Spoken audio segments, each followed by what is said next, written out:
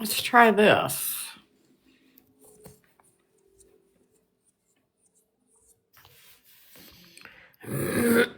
Good morning, good morning.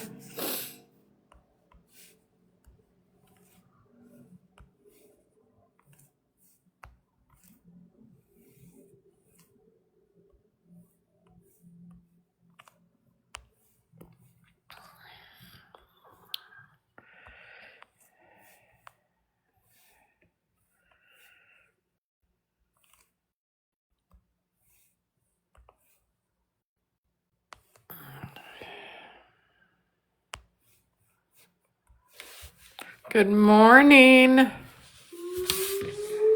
Oh, it's 12 o'clock.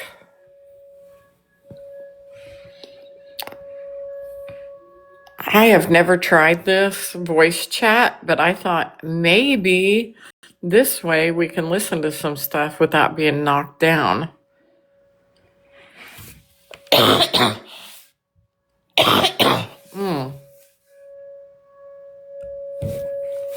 So we shall see.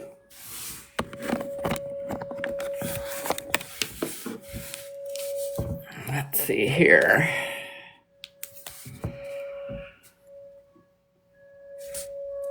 Maybe this is how people are doing it. Morning, Michelle. Good morning. Morning, good morning. Good morning, Jamie. I figured I'd try it this way. Maybe I won't get hit and knocked down. We shall see. Good What's going morning. on? You working today? No, this is my Saturday off. And I've got some house cleaning stuff that I kind of want to do, but there's some documentaries I wanted to listen to. And so I thought, you know what? I see everybody doing these replays like Yeah. this. So I'm like, I just wonder if this will work where I don't get took down. Hey, called. Yeah, good morning, sunshine. And I slept in until after 11. And then I got on here and I was messing trying to go live for the last 35, 40 minutes. And somehow I got a circle with my dining room table stuck in my live and I couldn't get it off. It was a dual camera. Oh God. I know, and I can't get it off of there. And then I found this and I'm like, oh, well, let's just try this. I've been up since 6. I'm ready for a nap, but I gotta go mow the lawn though. Since 6, what was you doing up so early? I don't know. Ask my body that. Oh, I was determined to sleep in today. And then my granddaughter texts and said, hey, you want to go to the mall today? I'm like, hey, no. It's hot as hell out there. Yeah. I thought about going swimming with them a little bit later, but Yeah, that would be nice. I mean, it's hot. It's God, it's nasty out there. yeah, I'm I waiting think, for the sun to go to the other side of the house so I can get this stupid lawn done. right. I think she has softball practice at 1 or 12. I thought I saw a thing pop up on my phone, but I'm not going to softball practice. I don't know what they do over there, but over here, when the temperature gets 90s and above, they won't let them practice. It's too hot. Well, that's how it's been all week. This is the nicest day that we're supposed to have. So they've missed 3 weeks in a row because it's just been too hot. Yeah. Geez, they don't want them poor kids passing out on the field. Oh my God. Oh, I thought somebody requested, but then it showed it gone. Good morning, Bert. So, for everybody that's in the chat, we'll let everybody get in here. But do y'all want to listen to a new podcast about the Siders family? Or do you want to listen to day 4 of the Clancy trial?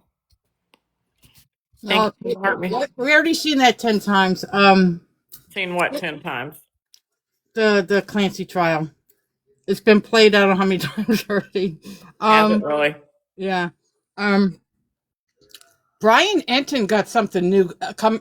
Everybody was talking about it yesterday. I haven't seen it yet. I want to see it. Oh, with the Idaho 4. I don't know if it's with them or Yeah, it's showing that Koberger had been in that house before. right. Yeah, yeah, but that's a couple hours long. That you might not want to watch that. Um, I mean, we can if everybody's interested in it. I don't care. That's like a couple hours long. Oh my god, I won't be able to sit still for it when I got to do something. Maybe Oh, later, but not now. I we mean, could you can do do it. like we could do like half and half. Yeah, yeah, we could. I just want to make sure I get my housework done before I start playing on my TikTok. Well, see, that's what you're supposed to do. That's why I like doing this. You can just mute and listen while you're doing all your housework. No, people will hear my lawnmower. Well, no, you mute it. Oh, Yeah, you just mute it and put your earbuds in and you listen while you're mowing your grass or whatever you're doing. yeah, that's true. The only one they would hear is me, but I try to be really quiet and kind of leave my phone off while I'm listening. Yeah. And who is it? Is it on YT? Yeah. Okay, hold on. And it was let's see. And it was Brian.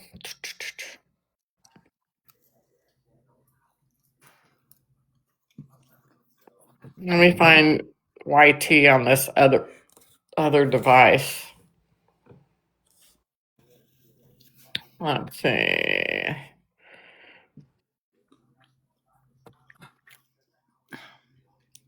Was it Brian Etten? Yes. Okay.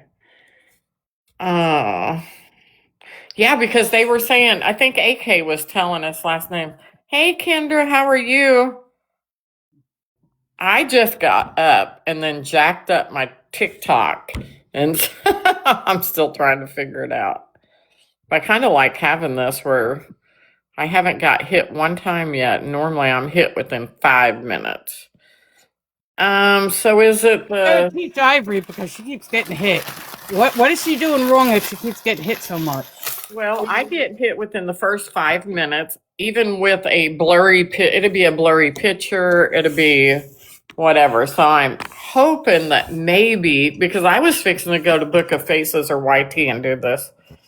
Yeah. Because other people I see them, they either have to put their self in front of the camera for a few minutes and then resume, and they don't seem to get hit. I think they want to see people. I don't know.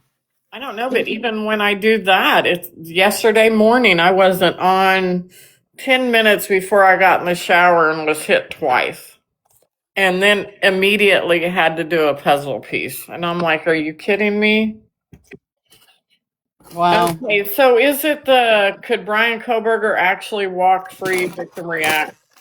That one's only 41 minutes No, long. this one's it's 2 hours, I believe, Okay, let's see. from yesterday. So it was posted yesterday. Okay, one day ago, that's a short. Brian Koberger was inside the victim's house before. Okay, let's see if it's that one. Hey guys, so some interesting new information that Brian Koberger Okay, was in. that was just a short that he did. I need to find the live. Is he on? Does he do a podcast? That one's only 45 minutes long.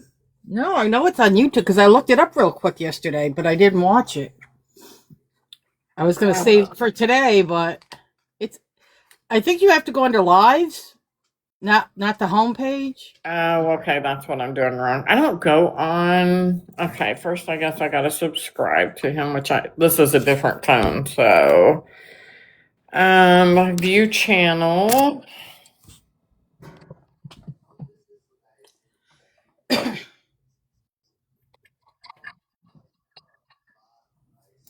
Okay, I found one and it's 1 hour and 22 minutes. Is that it? 2 days ago? No, it was yesterday. Um, Let me see if I can look it up. Hold on. 20 hours ago, 3 days ago. Oh, here it is. Hold on. No, that's on Charlie Kirk. Oh, hold on. You said you got to go into the live one? Here, I found it. It's 2 hours and 40 minutes long. Good morning, everybody. Sorry, I wasn't looking at the chat. So is it the one that says Brian Koberger sentencing? It's 2 hours and 40 minutes. That was a year ago. That ain't it. Let's do videos. You still there? I think it's the one that is 1 hour and 22 minutes. Somebody told me it was 2 hours. I think that's the one. Yeah, and it says it was 2 days ago. Oh, I didn't even look at that. Brian Koberger was in the victim's house before murder, according. Earn points just by watching videos and completing simple. I didn't look at that part. I was doing it quick because I didn't want to get kicked down. Hey guys, yeah. Thanks so much for checking out my show. Really, really appreciate it. Let's see Appreciate if this everybody is it. for watching and everybody who has subscribed. This episode it's different than any other episode I've ever done, and you're going to see I why. bet this is it then. I'm going to let everybody get in here. I was planning on doing the Siders family or the Lindsay Clancy, so please excuse my debut that I put on there.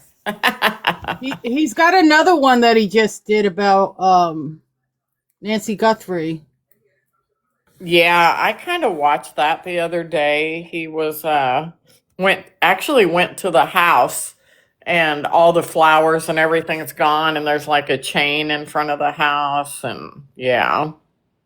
Well, it's a new one, so it either had to be done yesterday or today. Yesterday it had to be. I mean, it might have been yesterday, but I just seen where they have like the driveway blocked off, and Well, I didn't bother looking at it because I read, like, I get that news thing, so I get the stuff like quick, so I don't even need to go see that. I already know what they're doing. I mean, all they're showing in that is that the sheriff put out the 2 ransom notes. no, I'm just saying it was him though, where he went in front of the house and was showing where all the flowers and that was gone and how they had it blocked off. Hey, everybody.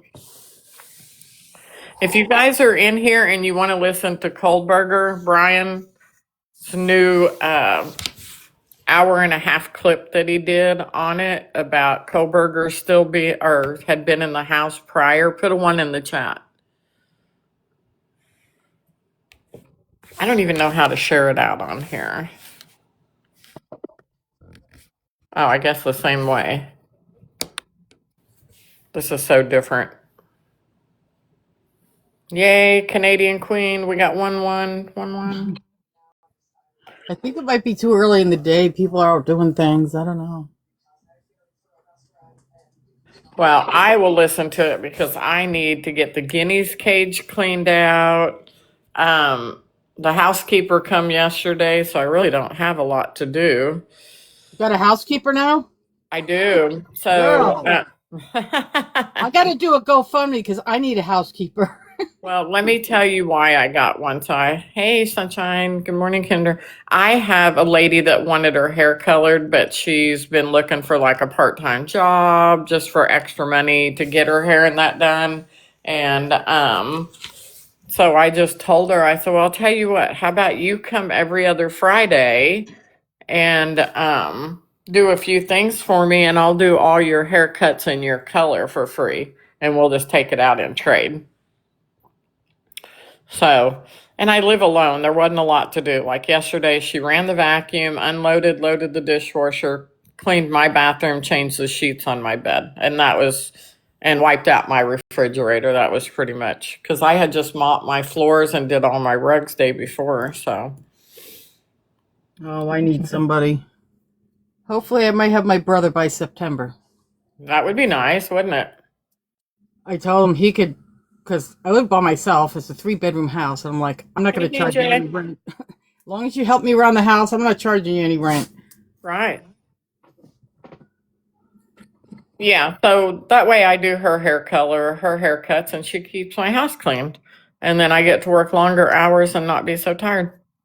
So, guys, we are fixing to listen to the new video of Brian Eston I know I say his name wrong, on the Brian Kohlberger, where he was in the house prior to the unaliving. And I heard that he was a boxer and could hit like 132 times in a minute or something like that. So it's going to be pretty interesting. Yeah, people believe that. Some people don't believe that he could have done it by himself. Remember that guy? What was his name? He was a serial unaliver that went into the college there and unalived the 4 nurses in a room. Well, if he could do it, yeah, I could believe this guy could do it. Good morning, Purple. People Hey, believe that one person can't. hey, I was one of the ones that I did not think that there was any way possible he could have done it himself until I heard what I heard yesterday. Oh no, I always believed, yeah. After seeing other cases like that Yeah. are similar, yeah, it can be done. Isn't he asking for a new trial? Yeah, well now he only had until September, so he just did his lawyer just did a thing. The deal was he wasn't supposed to be able to get one a re thing, but I forgot what he's claiming. He's claiming something. He still had a right to that, I guess, even though he said he would not. I That was heard that part he of the was deal. saying that he was coerced into pleading guilty. And I guess his family's sticking up for him now. Wow. When the sister knows something, she knows something. Right. Robin, what happened yesterday on which case, hun? The Clancy case? Yeah. I was just waiting for her to answer which one she was talking about.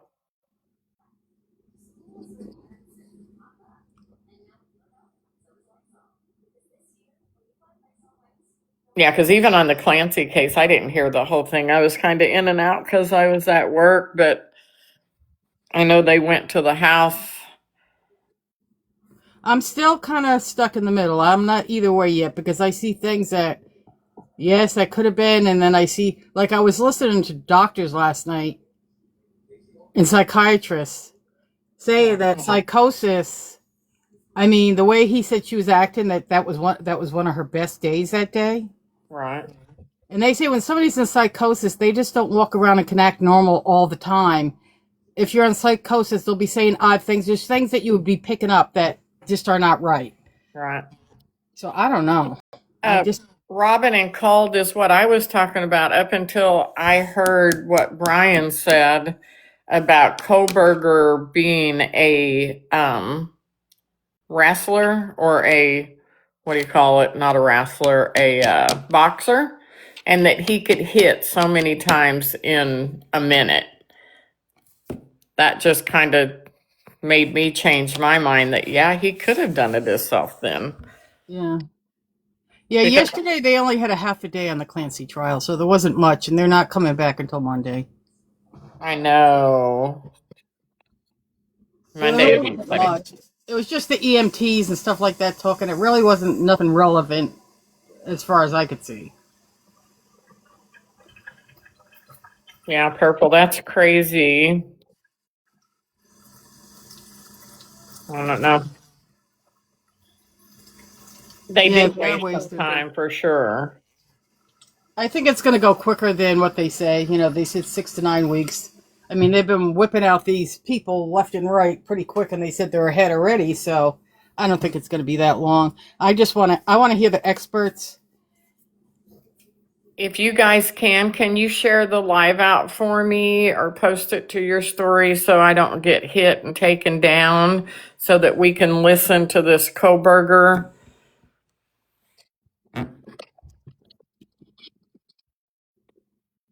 Thank you, thank you, thank you.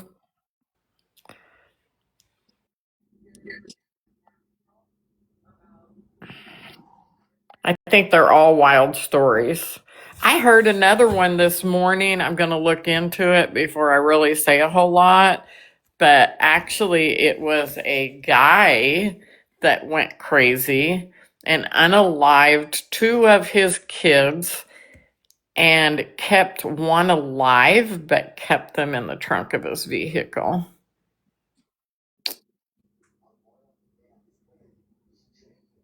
Hey, Lumi. And I want to go down that rabbit hole. Yeah. Yeah. I think that's going to be a wild case. I don't even know how old that case is, to be honest. Hey, Bubbles, Bubbles. All right, y'all ready to listen to this? Are y'all ready to clean house? Yeah, I'm gonna mute. I'm gonna start my stuff. Okay, I'll keep an eye if anybody. Good morning. We're gonna play this. This is Brian Easton, however you want to say his name, and he did a. It's Etten. Brian Etten. Is this Enton? Yeah. Enton? Yeah. Enton? Yes, I hear you. So it's an hour and 22 minutes long, so you can sit and have your coffee, you can clean your house. If I miss your comments in the comments, somebody in the comments will answer. So enjoy your morning, and hopefully we don't get knocked down. We'll see how this works out. And it might be different than something I've ever done since I started being a journalist, and I'll explain that in a second. But I'm talking to one of the Brian Koberger defense experts, someone who worked for the Brian Koberger defense team when they were getting ready for the trial, when they thought there would be a trial. And his name is Cy Ray. He was an expert on the cell phone data, among other things. And he's going to drop two bombshells in this episode, and he's going to explain why he believes these things. First of all, Thank you. based on the cell phone data, he believes that Brian Koberger was inside the house at 1122 King Road, the house where Kaylee, Xana, Maddie, and Ethan lived. Brian That he was Koberger. inside the house and possibly inside the living room before the murders, like on other days, that he had been in that house before, which I had never heard. He also, and he says he has the data to back that up. He also is going to explain why he believes that Maddie Mogan, was Brian Koberger's target. And again, he says that is based on evidence from cell phone data from Brian Koberger and also from the victim's cell phones. And he essentially tracked Brian Koberger and Madison Mogan to the same locations several times, he says, before the murders. Again, something I didn't know. So he's going to explain that. But when I said that this was a unique episode, it's because Today, I learned that 95% of a child's brain Sorry, is guys, developed we're by the gonna time have they're some 5 years old, commercials. which is I will try to a skip unique as much as episode, I it's can. because Steve Gonzalez, who is Kaylee Gonzalez's dad, Kaylee is one of the victims, and Kaylee's sister Olivia wanted to talk to Cy, who is one of the defense experts again. So it's kind of a unique situation. And they are going to do that in this podcast. And I'm really going to let them ask a lot of the questions that they have. And Cy agreed to do this because he wanted to answer their questions. And you'll see, he believes that Brian Koberger is guilty, but he has a lot of issues with the way the investigation was handled. So there's a lot to this. It's a long podcast, but it's filled with new information from an insider who was working on the case on the inside and has really unique information and data to back it up that I hadn't heard before. So I'm going to get into all of it. Again, it's a long convo, but I think you guys will find it interesting, especially in light of everything going on with Brian Koberger now saying that he's innocent. So I want you guys to hear the whole thing in this episode of Brian Enton Investigates. Cy, it's nice to see you, Steve. Thank you for being here as always. And I know Olivia's going to join us in a little bit. She's dealing with the baby. But I wanted to continue this conversation from the time you just had on News Nation. And I know, Steve, that you wanted an opportunity, you and Olivia wanted an opportunity to be able to talk to Cy about some of the information that he has since he was a defense witness for Brian Koberger. I just wanted to ask one question before I throw it over to Steve, though, and it kind of plays off some of what you said on News Nation, Cy.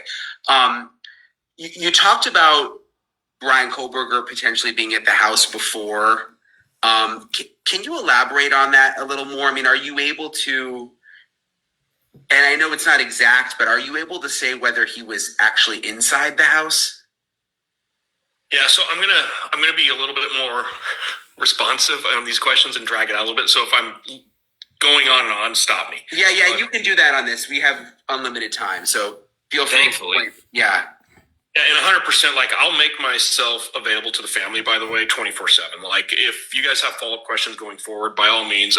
When I heard that you guys wanted to have this conversation, I actually, it meant a lot to me. And I was like, oh, finally, I can talk to the victim's family, because I spent my entire career advocating for victims' families. I've done a lot of stuff with parents of murdered children. And, this is a very hard place that it started out trying to be at. And I really appreciate you guys reaching out. And anytime you have questions, I'll give you my direct number. By all means, feel free. You guys can hit me up anytime. Thank you. But what I want to cover on that piece is, when we start looking at the house itself, there's a couple different things we can look at. AT&T has a very specific report, and it's called LOCDBOR. And I know it sounds like a silly word. It's LOCDBOR, LOCDBOR, and it's Location Database of Record. This will include estimated latitude and longitudes, and they range from 25 meters out to 3,000, 30,000 meters, so they can get very big. Historically, there's accuracy issues with this report. So if you just take all the data and you throw it on the map and you think that's accurate, you're going to have a lot of problems. A really good example in this case is there's a time when Brian goes up to Seattle, and one of his LOCDBOR hits shows him in New Orleans. So that gives you an idea of the accuracy issues. There's two factors, and like I said, I'm going to pile on a lot of data for you guys. The next thing that comes into play is the actual handset, the phone itself. iPhone actually restricts a lot of third-party apps and even the mobile carrier to some points of getting precise location data, which a lot of people don't realize. If I try to ping a phone, that phone ping can actually be screwed up by Apple itself, to instead of getting this nice, neat little GPS, I get this 5,000 meter GPS range, and you can be anywhere in that 5,000 meters. Samsung, on the other hand, is a very chatty phone. It's preloaded with all kinds of silly apps and ridiculous monitoring. If anybody's ever had a Samsung, when you first power that thing up, like, there's 100 apps on that thing. It's good for law enforcement, because when we get a phone that's a Samsung phone, it's typically very chatty on the network. We're going to see a lot more connectivity. Samsung's also unique that if I do certain things with certain apps that require location data, such as GPS or navigation, that accuracy from the 3,000 or the 5,000 meter ranges come down to 25 meters. And in this particular case, if you look at those precise measurements, there's probably 5 that land directly on what would be the living room of the house. Like, the latitude, longitude is the physical house itself. And, if you put the house back on the map and you map those, the hits are inside the house. Now, I'm going to let you keep explaining. I just want to make sure I understand correctly. So, because I haven't heard this before. So you're saying, based on the data you saw, the latitude, longitude for Brian Koberger's Samsung was in the living room? The AT&T derived latitude, longitude from the AT&T's network that it estimates a location, it lands in the house. And it's a 25 meter range. So, we're talking 75 feet. So it could be anywhere in the house on any floor. It could technically be outside the house. It could be on the property, but it's showing in the immediate area. My personal opinion is, when I look at those and I map what's happening before and after, and I'm looking at all the other evidence, I think these are accurate locations. That's, and to Steve's point earlier, this is why court, I think, is so critical for this case. That's an argument to be had in front of the jury, where the defense would come in and say, hey, you can't reliably say this, and the prosecution would say, here's why. When done right, I feel that they're reliable. So when you say accurate locations, you mean you believe, based on your expertise, that he was inside the house on previous occasions? So I'll qualify a handful of things tonight. And again, Steve, any questions that later on, by all means, hit me up. I'm more than happy to pour over anything you want to. One of the things the defense did with me early on in this case is they got outside of the geolocation data, and they said, hey, as a former homicide cop, as a homicide sergeant, as a supervisor that supervises these type of investigations, we're interested in anything you can find. And they poured tons of data over. Why that's important too is it's not just the phone stuff. There's a lot of stuff inside the crime You're scene, fine, and Nina. things that I reviewed in the crime scene. I 100% believe that the offender, who is Brian Koberger, like there's no alternative theory in my head at this point. He's been in the house before. I think there's absolutely no doubt he was familiar with the basic layout of the house. I'm not saying he was intimately familiar with the entire house, but he had a working knowledge of the house. That house is laid out very weird. I've been through the house. The path that was taken, what we see is what occurred in that house, him coming and going from the neighborhood, there's prior knowledge. There's no doubt in my mind that there's prior knowledge. So that also helps support some of this. One thing I want to kind of circle back to, Brian, and Steve, you'll find this in my report, and it took me weeks to get the defense to allow me to put this in my report. They didn't want me to put it in there. There are third-party databases that collect what is called MAID ID, so mobile advertiser ID. And you guys have all experienced this where you've searched for, I don't know, a pair of shoes. You've Googled a new pair of shoes you think you wanted, and then 2 days later, you're surfing the internet and some ads are popping up for those shoes. That's based on your mobile advertiser ID.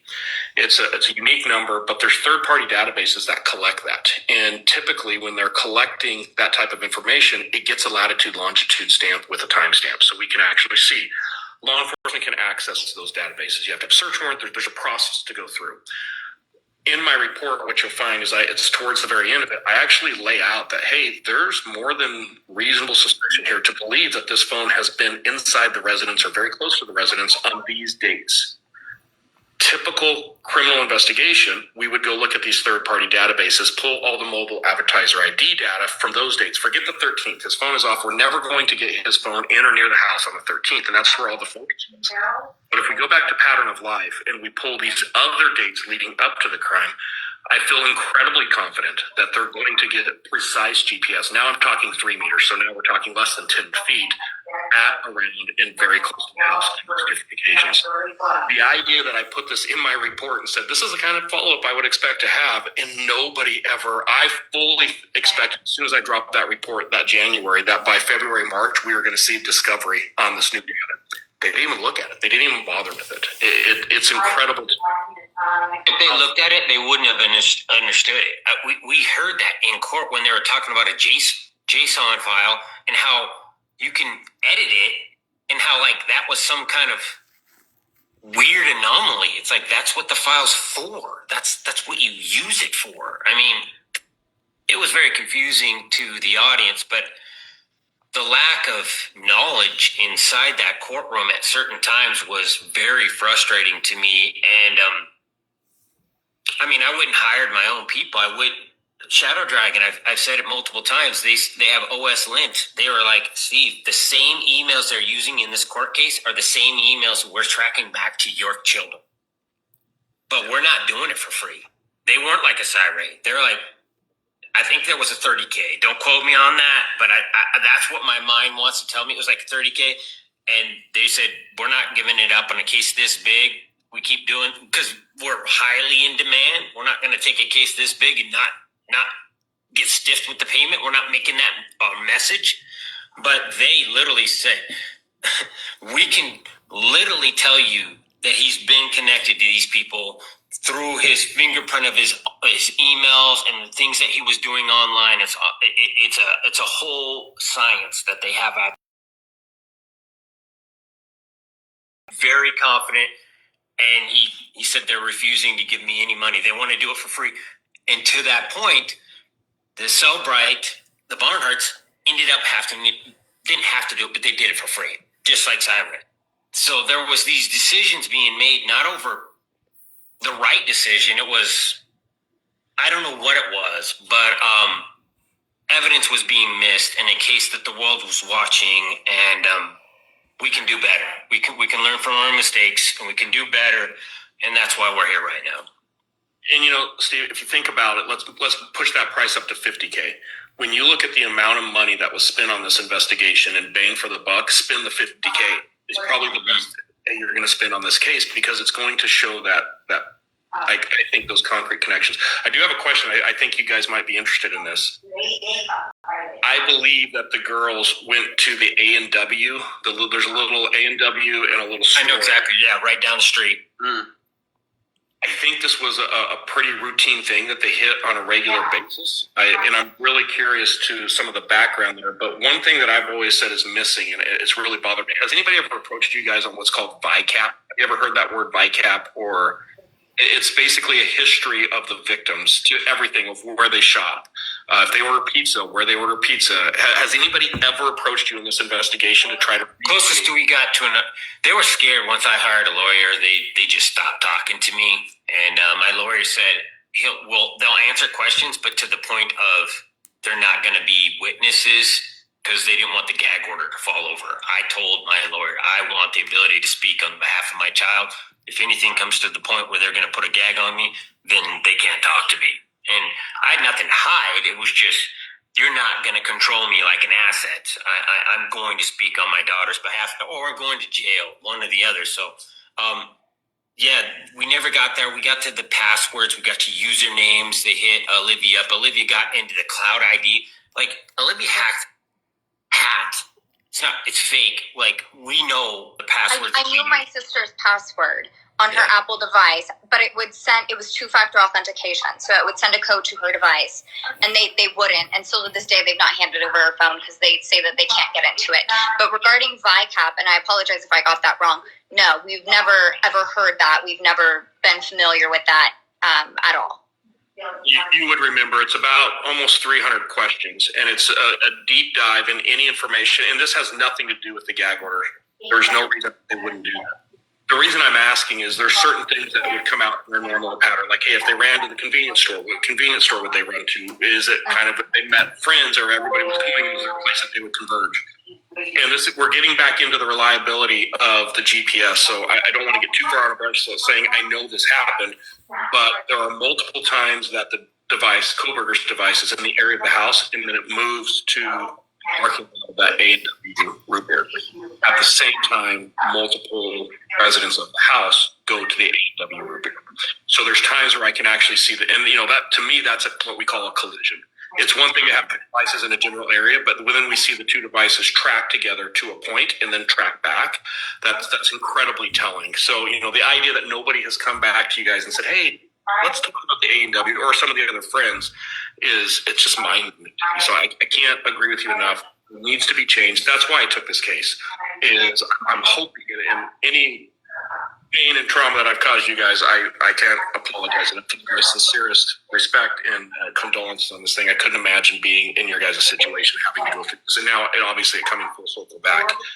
But at the same time, when I first looked at this case, my initial thought was this can never be the standard investigation that we see on cases like this. This can never be acceptable. Brian and I were talking before you guys jumped on. After the plea deal, I actually, and against the defense, Anne was incredibly upset with me for doing this, but I've created a 1 day debrief that I've been going around the country for free, providing to law enforcement. And for you guys, hopefully this helps a little bit. We've had an incredible response from law enforcement. The service you guys got on this case, the average law enforcement agency is appalled by. Since November, when I started teaching this course, we've had 300 agencies throughout the United States attended. So it's resonating. We're getting a lot of endorsement of, yes, we need to change these things. But it's really interesting to look at that and just how much fell through the cracks on this case. So I have a quick question, and I hope that it comes across the right way.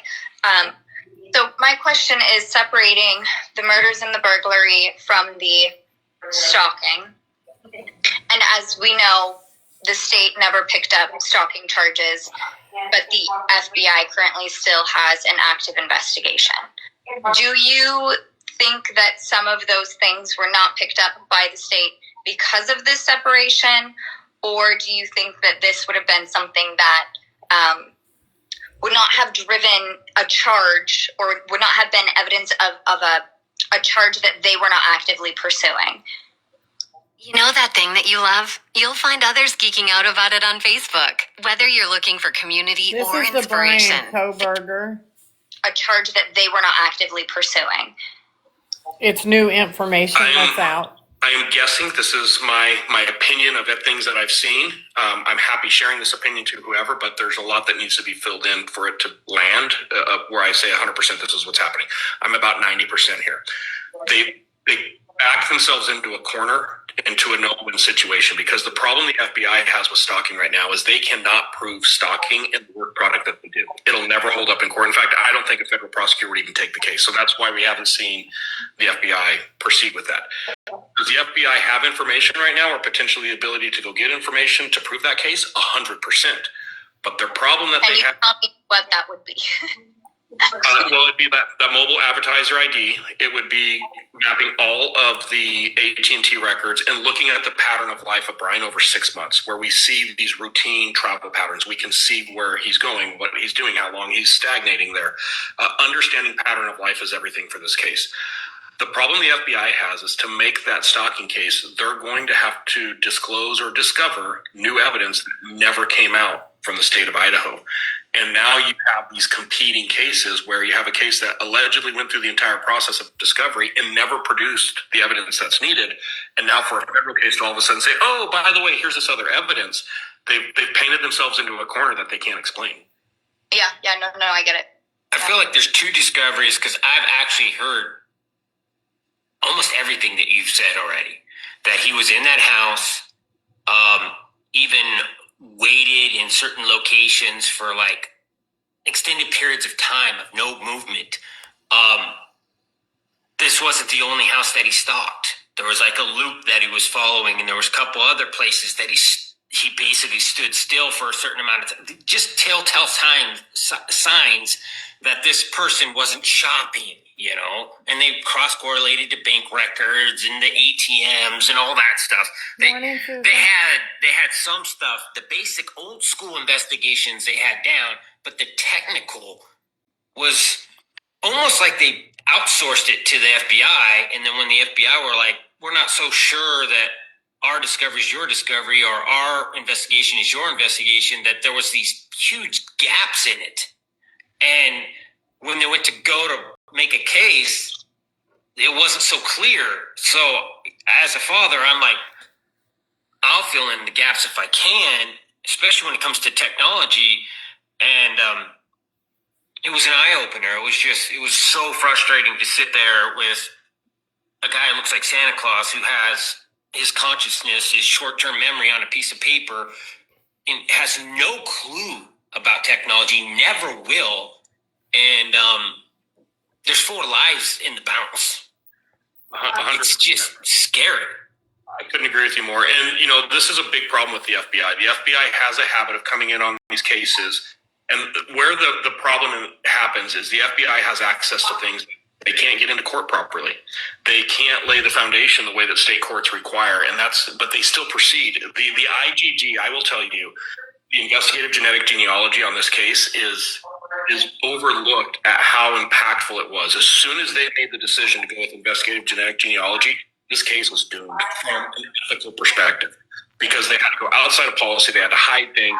And now once they got the hit, you can see it clear as day. The rest of the investigation is how do we hide the IGG? Because we don't ever want to talk about the way that for me as an old school investigator that drives me crazy is Brian Koberger's vehicle and his name are setting in a report that entire time. All they had to do is follow up and get a sample of his DNA. If they would have done that and stopped trying to rely or over-rely on this technology of the IGG produced, I think this is a completely different case.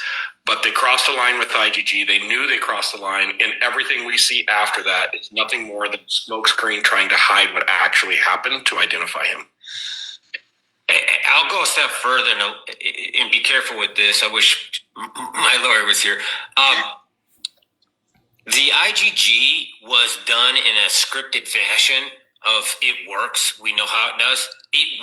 They told me, the people that I've been around said, if we get it tossed out, it led to the dad. It never led to BK. And that's by design. It never goes to him. It goes to his father in the trash, established law, and then we got a warrant, and we got the cheek swab. We got it down. IGG is not going to ever be in court because it's a tip, and this is established standard, and we're not going to let a little podunk Moscow make court law or state law or any kind of law. This is never going to get into a courtroom because we have these established practices. And that is what it is. And, if you call a tip on a black SUV that you've seen that has some kind of explosives in it and something, and you want to give that tip, well, that doesn't go into court either. So I get where they're going with it, and the greater good. I'm just a dad trying to make sure that my daughter in the system gets better, but I do see some red flags, and I know we had the right guy, and we just made it all difficult for everyone. We just made it so difficult for everyone because nobody knew what they were doing. Yeah, and go ahead. Sorry. Oh, no, I was just going to say, I think it's difficult for people to grasp that we can stand behind his guilt, but not understand or agree with everything that the prosecution and state did. Right. And it makes it difficult for us to be put in a position where we are having to defend the state's case that we don't fully understand. Thank you, baby. And there's a lot of missing pieces for us. And that's the only way that we can justify his guilt. So it puts us in a difficult position of being like, man, you guys are really making us fight for your work that you did, that you yourself won't stand behind. That's a conversation that we have a lot as a family. Yeah, I can imagine. And Steve, with what you said, and I hate to put it in these terms, but it summarizes exactly what you said. The end result justifies the means, right? It doesn't matter how we get to him through IGG because we have all of these bailout plans that we feel we can protect ourselves. Anytime law enforcement takes the idea or the process or the methodology that the end result can justify the means, we're in trouble. Because what happened with that is they created the situation, they realized how impactful it was now, and now the next 4 months of investigation is nothing more than trying to hide what they did at the beginning. And that's why we see the phone records were never analyzed, because they didn't need the phone records. The phone records for AT&T were nothing more than a smokescreen so that they could say, oh, look, we got this tip, we followed up on the phone, we found this, and oh, that led us over here. The phone records were never gathered as a true investigative tool because they already had the narrative written. And whatever aligned with that narrative because of IGG, they brought in, and anything that contradicted that narrative, they eliminated. A really good point on this is they committed in the first search warrant to Brian driving east on 270. Everything, and it repeats itself, on 50 different search warrants that he traveled east on 270. Brian Koberger was never on Highway 270 that night, ever. He took a route north of the airport. He actually crossed 95 north of Moscow, and then he dropped back down south on the east side of Moscow. And that's why he ends up on Indian Hills, is he actually came from the east. And he did that because he's smart enough to know about the cameras. What drove me crazy in this case is when you see him go back in. By the way, the reason he went south is he panicked. Dylan saw him. He saw Dylan. Reasonable minds would say 911 is being called. And you can see in the video when he leaves, he's leaving in a hurry. If he drives back that same route, he's driving towards where Moscow PD is responding from. He's going to go right back towards the police department. So he has to go down south. When you look at 6 months worth of his records, he doesn't have activity down south. He doesn't know 95 south of Moscow. So he gets about 12, 13 miles outside of Moscow. He pulls over. There's a good gap there, which has always been a concern to me, where he sits there for probably 10 minutes. He powers his phone back on. He goes into navigation mode, and we see the route back. It's crazy dark, too. So the audience might not know what it's like out here in Idaho. You get out in that farm community, there's no lights. We don't have street. It's dark as anything. Your headlights are all you have and high grass. So it gets if you're not prepared for that, you're not going to be able to figure out where you're going. And without a phone, if that's your primary source of navigation, you're driving around like an idiot, for a certain amount of time. Well, then, like I said, we've got 6 months of records. I've got a mapping system. I can put everything in there. I can hit a play button, and I can watch his phone for 6 months going around the map. What you see that morning of him coming back to Pullman, you never see in the prior 5 months of records. That's the first time he's ever done that route. And then within 48 hours, he's doing the exact same route again. And that's the last time you'll see him do that.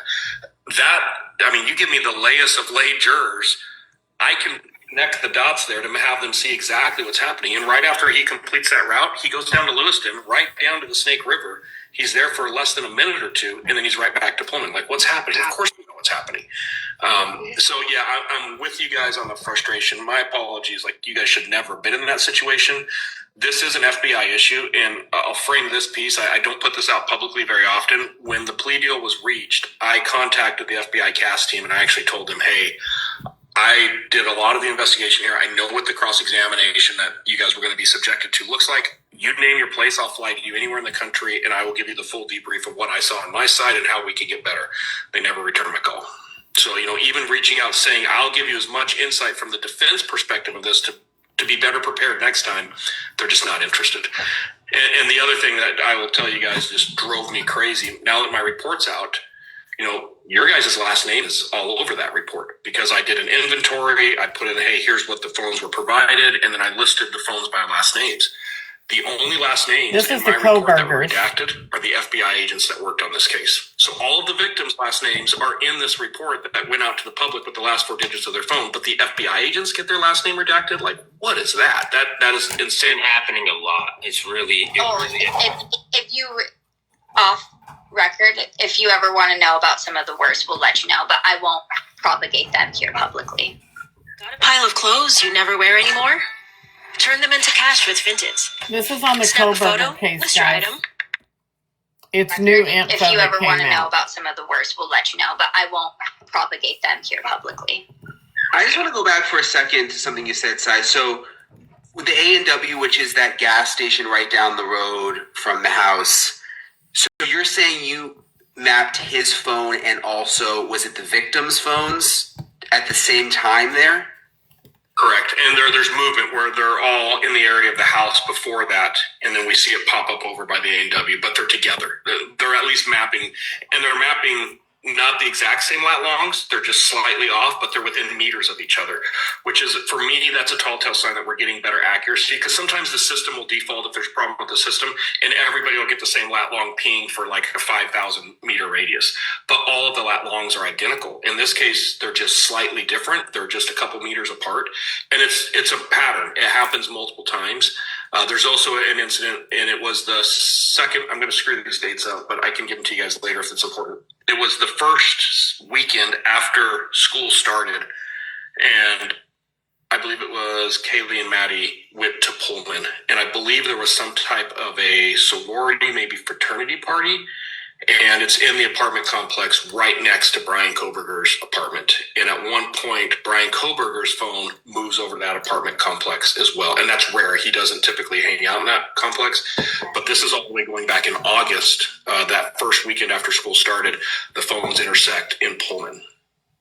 yeah, the prosecution was doing the exact same thing. They were trying to take his phone activity and cross-correlate it with the other people in the phone. They wanted to know who was in the house at a certain time because the route, they wanted to plan the route to who was in there because they were trying to figure out who was the after. And Olivia can tell you the exact day that Kaylee moved in there. I think you said it was like May. Yeah, into the King Roadhouse. She did move in May. Yeah, so other people speculated there was no one in the house or only Maddie was in the house. We've never tried to play the blame game. We don't care about that. Who's to blame is BK, and we're holding him accountable. None of the victims. Like, another thing I appreciate you saying is no cleanup. We've really chased that down because, I mean, they're literally driving these young girls to the point of they don't have a life anymore. So you're not true crime anymore. You're speculation, Hollywood fan fiction crap. And I would love for true crime to get back on focus and say, how do we make the world a better place? How do we make sure that people are coming together to actually have less murders and mass murders every single year? That's something we should work towards, not this fan fiction stuff. I mean, so that's part of the reason why we're here today. This is why we've been so dedicated. This is why we made a charity. This is why we have Murder Has a Name. We're doing everything in these girls and these victims' names, Ethan as well, and make sure that the world's a better place. Really, it's just the world's a better place when this is said and done. Yeah. You said no cleanup, Sai. I mean, right? That you There's no, he was in and out. We're talking minutes. And, there was, I'm limited on some of this information. There was some reenactments that I know were done, and the reenactments, this crime could clearly be carried out by a single individual, and it's 5 to 6 minutes. And if push ever came to shove, and that had to be proven in court, I know there's video out there of the reenactment. It's like, there is no doubt that this is a single offender. But on that point, I think what you guys are hitting at it's frustrating to see is, Turvey wants to say that there's cleanup because of things that are absent. Basically there's things that aren't in a bathroom, therefore it's indicative of cleanup. There's no evidence of what that bathroom looked like before or after. Like, if we start building a case on that type of speculation, Brian Koberger's going to walk, right? That's just absurd. And I felt a deep obligation to call Turvey out. And, I'm going to piece something together for you guys. And I've been on the fence if I should voice this, but I think it's the right thing to do. So if I get in trouble later on, so be it. Don't get caught up happening right now. If you look at what's happened over the last 3 months, let me help you guys.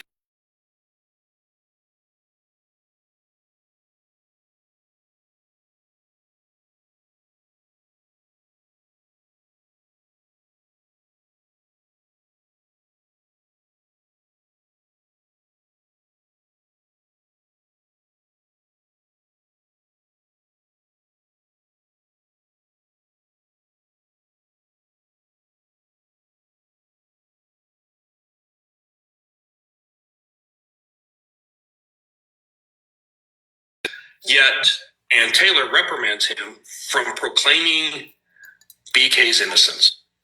I come out with a book. I go around to law enforcement. Ann knows. I told her I was going to go teach law enforcement. I have been very, very clear. I've always thought Brian Koberger is guilty. I think in 10 out of 10 courts in America convict this kid. Every single time we go to court, he gets convicted. The question is, does all the evidence come in because of some of the ways that the evidence was managed, which is a whole different conversation. But I am very outspoken that Brian Koberger is the guy. Why hasn't Ann issued a letter to me about breaching my NDA or all this stuff? I will argue any day of the week. What I am saying is way more detrimental to the defense's case than what Brian Turvey said, or Brent Turvey, and she did the one with Turvey. If you guys look at the picture, and here's the critical dates. The Thursday before the plea deal, Ann says in open court, Your Honor, I can't effectively represent my client if I don't get the continuation. So you have the primary attorney on this case saying in open court, it's one of the last statements she made before the plea deal, I cannot effectively represent my client. Those are not small words for an attorney to say in open court. And then I would have allowed him. 72 hours later, we have a plea deal, and the way the plea deal came down, the way you guys were notified is disgusting. I've never seen that in 30 years. Like that, there's all kinds of craziness going on there. We just learned that his family was there at the plea deal. His family was there, so they learned before we did. That's the disrespect. What are you getting at, though, Si? If you can just connect the pieces of what you're trying to say a little more. I'm just trying to follow. We have the ineffective counsel claim. We have the plea deal gets worked out within 72 hours. And Taylor stays on as Koberger's attorney. Like this last year, she's the only person on the jail logs that was visiting him on a regular basis. He hasn't sought out new counsel. She's very much in his ear on a daily basis. We then see the Turvey Whitcomb book come out where, hey, there's all this conspiracy. Anne has to separate herself from that and says, oh, I don't agree with this. I'm going to reprimand you guys. Like, don't say these things.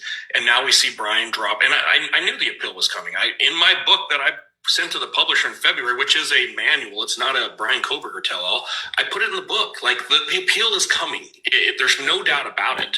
You called it before it happened. And what I'm convinced about is Turvey and Ann are together on this. Turvey and Ann are not at odds. Ann needed some new information because that's the only way an ineffective counsel gets any legs at all. They need something new to get spun up. They need it to be very well known. And now there has to be this separation where Ann is helping Brian, but not directly involved. And who takes that role is Turvey. So Turvey comes out, says all this nonsense. Brian writes his thing. The last missing piece, and mark my words, I think we're going to see in the next 60 to 90 days, Anne will absolutely fall on her sword for BK. She is a true believer. She believes he's innocent. She has an unhealthy relationship with him. And I think we're going to see Anne come out in the next 60 to 90 days, maybe a little bit longer, depending on the timeline. And she's going to eat the ineffective counsel. She's going to say, he's right. I missed it. I should have known about it. And big break moment. I just looked at it with a new lens, with this new thing. Yeah. I'm going to go even further. I'm going to let some stuff out of the Can I back. say something? I've talked to some authors. Absolutely. I can't stomach these people, but I posted a comparison of these twos of Turvey's and Ray's credentials, education, and experience on my channel. I spent 2 hours this morning going through all of their stuff, and Wow. I did a comparison of all of their credentials. Ray has none other than being a cop and all of this phone data stuff. And the only reason he has that is because he's selling these phone data systems, tracking systems to law enforcement agencies across the country. Oh, gosh. He claimed on the oh my god, my mind just went blank. He claimed on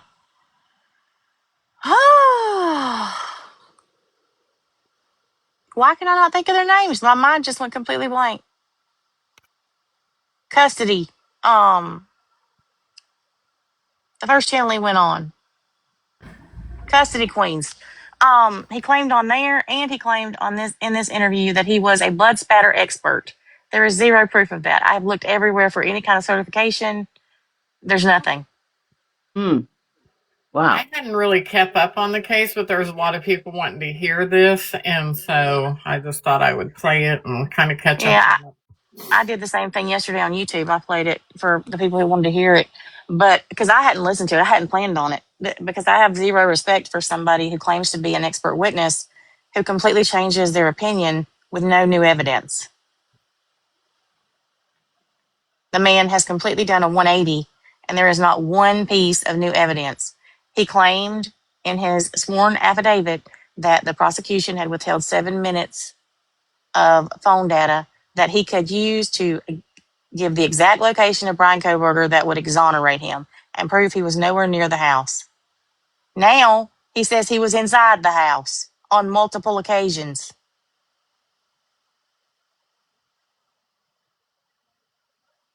Good morning, Sam. Morning. So are we talking about Idaho 4? Yes. So, okay. Yeah, I'm interested. I don't know much about it. I mean, I know like what I've seen, but not really in depth or anything. Yeah, me This either. this is wild. This interview that they did, I mean, out of nowhere. Now, The I will say the one thing that I do find interesting, and I haven't heard him mention it yet, but when AK was telling us last night that because I never thought that he could have ever done it by himself until they came out and said that he was a professional boxer. And I thought, well, that kind of changes things for me. Maybe it is a possibility. he wasn't a professional boxer. He was actually taking boxing classes to improve his dexterity. Hmm. And let me say That this. makes sense. Let me make this clear. I'm not pro Brian Koberger. I don't give two craps if he stays in prison the rest of his life. If he's guilty, that's where he belongs. I just want to make sure that the right person or persons is held responsible. And the evidence that there is right now, there's no way in hell that one person did this on their own. No way.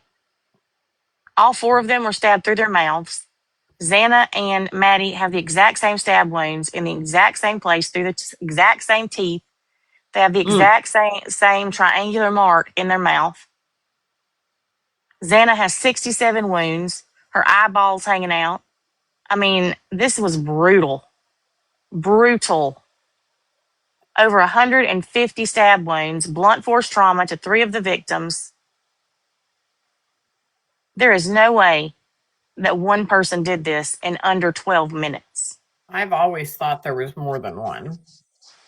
Now, in the autopsy, they literally give you the dimensions of the blades that were used, and it's 3 different weapons, and a round weapon was used. Wow. Yeah, I'd like to see this go through a trial, though. I really would. I would too. Did he take a plea, right? Mm-hmm. Okay. He says now that he was coerced and lied to and not told about the evidence, which Brent Turvey said that too. And I don't know how well y'all know anything about Brent Turvey, but I have followed him since the West Memphis 3. He is literally the reason that the DNA in the West Memphis 3 case is being retested this year. Really? The He West was, Memphis 3, too? yes, he was pivotal in that case. He's the one Oh, that figured out that the marks on them were turtle bites. yeah. Yeah, I've heard that Wow. before. That's really interesting. I'm kind of excited to. Yes, they're retesting all of the DNA in the West Memphis 3 case before the end of the year. He has been, and he has never in his entire career spoken out like he has for this case. He is completely about the science and the evidence. He doesn't do feelings. He is totally scientific. His record, his case history, everything is impeccable. There's no discrediting this man, even as hard as they're trying. That's interesting. I've I been mean, more into the Siders and the Lindsay Clancy case. I haven't. The Siders I've done, but the Clancy I haven't followed it very much. But this case I followed since it happened.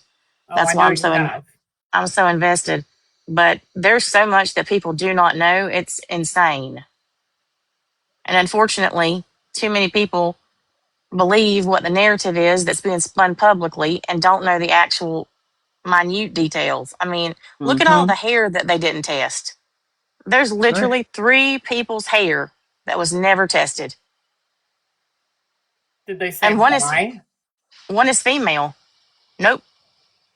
Mm. Didn't get any idea. There is a strand of female hair in between Maddie's knees on top of the cover they were covered up with after they were injured that has roots and blood. It was yanked out of somebody's head. And it's female What? and they didn't test it. Okay, somebody in the chat saying they did test the hairs. It's in the documents. Which hair did they test? Macroscopically, not DNA. Macroscopically, which means all they did was visual testing under a microscope. And all they did that for was to make sure that it wasn't Brian Coburter's. Well, duh. So, how It's many more people, Natasha, do you think was involved in on it? 4. So, you think there was a total of 5? Megan, they didn't test the hair. Like, legit, they didn't test it.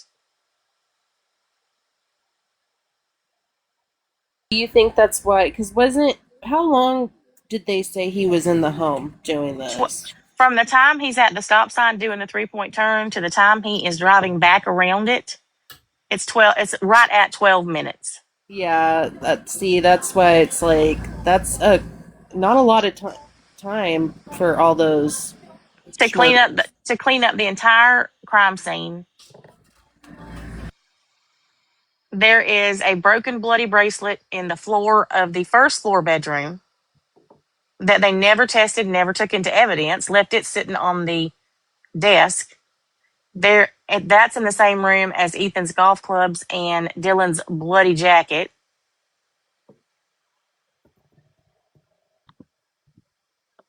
Yeah, there had to be Megan, more. you should listen to Brent Turvey's interview on the Custody Queens. He says the same thing. He has no idea why Ann Taylor did not test it. He said his last words going out her door the week before they took the plea was test the hair. And now he's talking about the hair that was in Ethan's hand.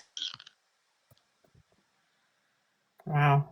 That they all say wasn't hair, that it was debris, but there's literal crime scene photos that show the blood on the bed frame and there is hair sticking out of it. 6-inch light brown hair. Now they're trying to say that it's his. So after he is mortally wounded, he's yanking his own hair out? Come on. Yeah, right. Exactly. Wow, that's a lot of information in a short amount of time. Yeah. I Yeah. talk about this a lot. Oh, I'm I know glad you you do. came Every up. time I go to your live and I see you've been on this for a year or better. It's because it's nonstop. And I've never seen anything like it. I have never in 8 years seen a case where they disseminate information the way that they have this case. Usually, when a case is over, they release everything.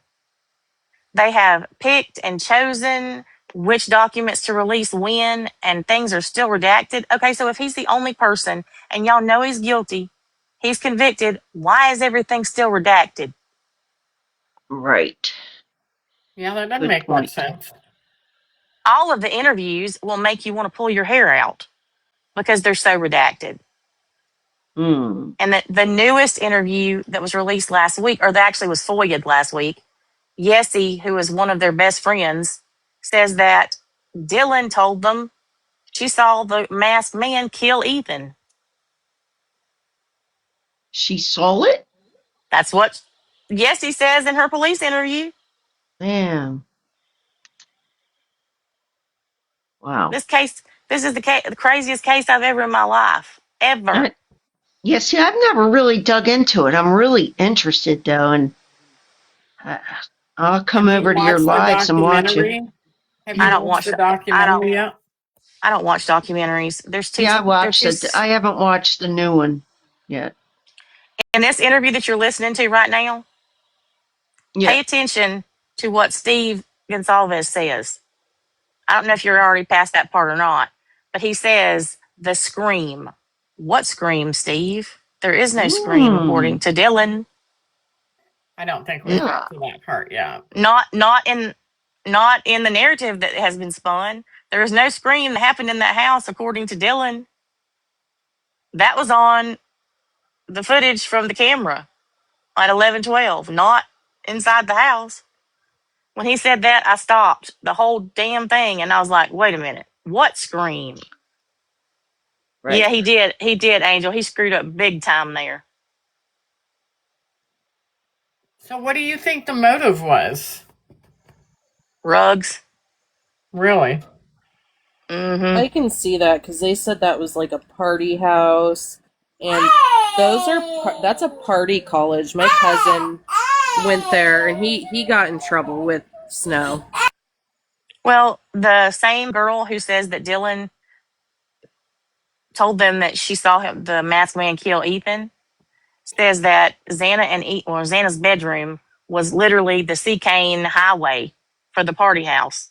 That they were always in Xana's room, and everybody who did Cane stayed in that room doing it with them. And Wow. if you look at the photographs, the crime scene photos of Xana's bedroom, it is ransacked. Somebody was looking for something. Her password book for all of her electronics is out. Her laptop is on the chair next to her body with her bloody handprint on the chair. Her clothes are strewn everywhere, drawers pulled out. The closet is a disaster. But if you look closer, her things are organized. Like inside her desk, everything's neat. Inside her organizers, everything's neat. Her closet, where it hasn't been ransacked, is neat as a button. And Yessie herself says that Xana was the neatest person in the house, and that she always was on the other girls about doing their chores. And then somebody brought it up, and I remember, if y'all have watched that TikTok where they're all imitating each other, Yeah. Kaylee is imitating Xana, and she's sweeping and saying, "Did you do your chores? Did you do your chores? Never mind, I'll just do it myself." Because she was so like OCD about keeping everything so clean. Thank you, guys. You're Wow, you're welcome. giving a lot of information. Yeah. Good information. There's a lot to give. I'm just telling you. There's this case is, and every day it's something new. Thank you, everybody. Every day. So, do you think there'll be a new trial? Because isn't that what he's pushing for now? Yeah. He's pushing to have his plea vacated, which would give him a trial, and he doesn't care. The fact that he said he doesn't care if the death penalty is put back on the table tells me a lot. If he has the evidence that he says he has, I don't think that he's going to get a trial at this level because he has the same judge. Ow. Hmm. Mm. But he can appeal it if it is denied and take it to the next level. And at that point, I think he'll be given a trial. Right. Interesting. He should be, especially if he has the evidence to prove the things he says he does. And the hair in Ethan's hand should be the smoking gun. The fact that they did not tell him about it. So if you think there's 4 other people that was involved, why do you think he hasn't thrown them under the bus yet? Would you if it was involving a cartel? If I was going to spend the rest of my life in prison, I think I might. If they had threatened your family? Mm, no, probably not. Mm-hmm. He has $40,000 on his books. What? Mm-hmm. The That's entire crazy. time, the entire time he's been in jail, he's had 4 figures on his books. His Hmm. parents are retired from the school system. They're not independently wealthy. So where do you think that money came from? Hush money? And it's not from people that are fans.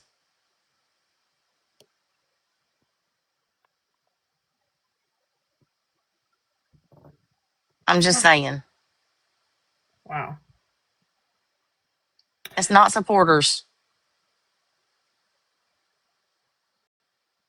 This is money that his parents have put into his account. I don't think he's going to say anything. How did the G family know about that? The judge told them in a hearing for restitution.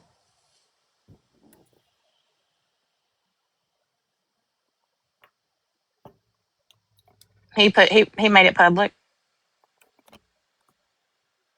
The same way that Steve made it public that some of the victims were gagged. Somebody asked, The how do you know that the parents put it in the account? Judge Hippler says it in the hearing for restitution. So if anybody has any questions on this case, this is the person to ask. I don't know anything about it other than listening. Yeah, Hippler literally says it in the court transcripts. I watched the hearing, but it's in the transcripts that his parents have been putting this money on his books. So we expect them to continue to do it because he's trying to say that he should be able to pay the restitution back from the money that's on his books because he has a constant inflow of money from his parents. So do you feel like there's somebody else that's giving the parents money to put on his books if they're not Absolutely. wealthy? Absolutely. There's no GoFundMe that his parents haven't had any type of fundraising. Yes, Bree, I saw the new interviews with Jack DeCour, and he confirmed the C cane use.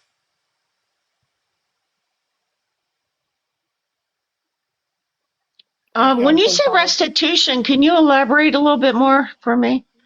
They try. They're trying. They tried to make him pay for the urns and the funerals, but Okay. they've already been paid for through all of the GoFundmes, and that was his argument. Why is he paying for something that's already been paid for? Oh, okay. Gotcha. Thank you. That's all right, Suzanne. I wanted to know about that too. What is it?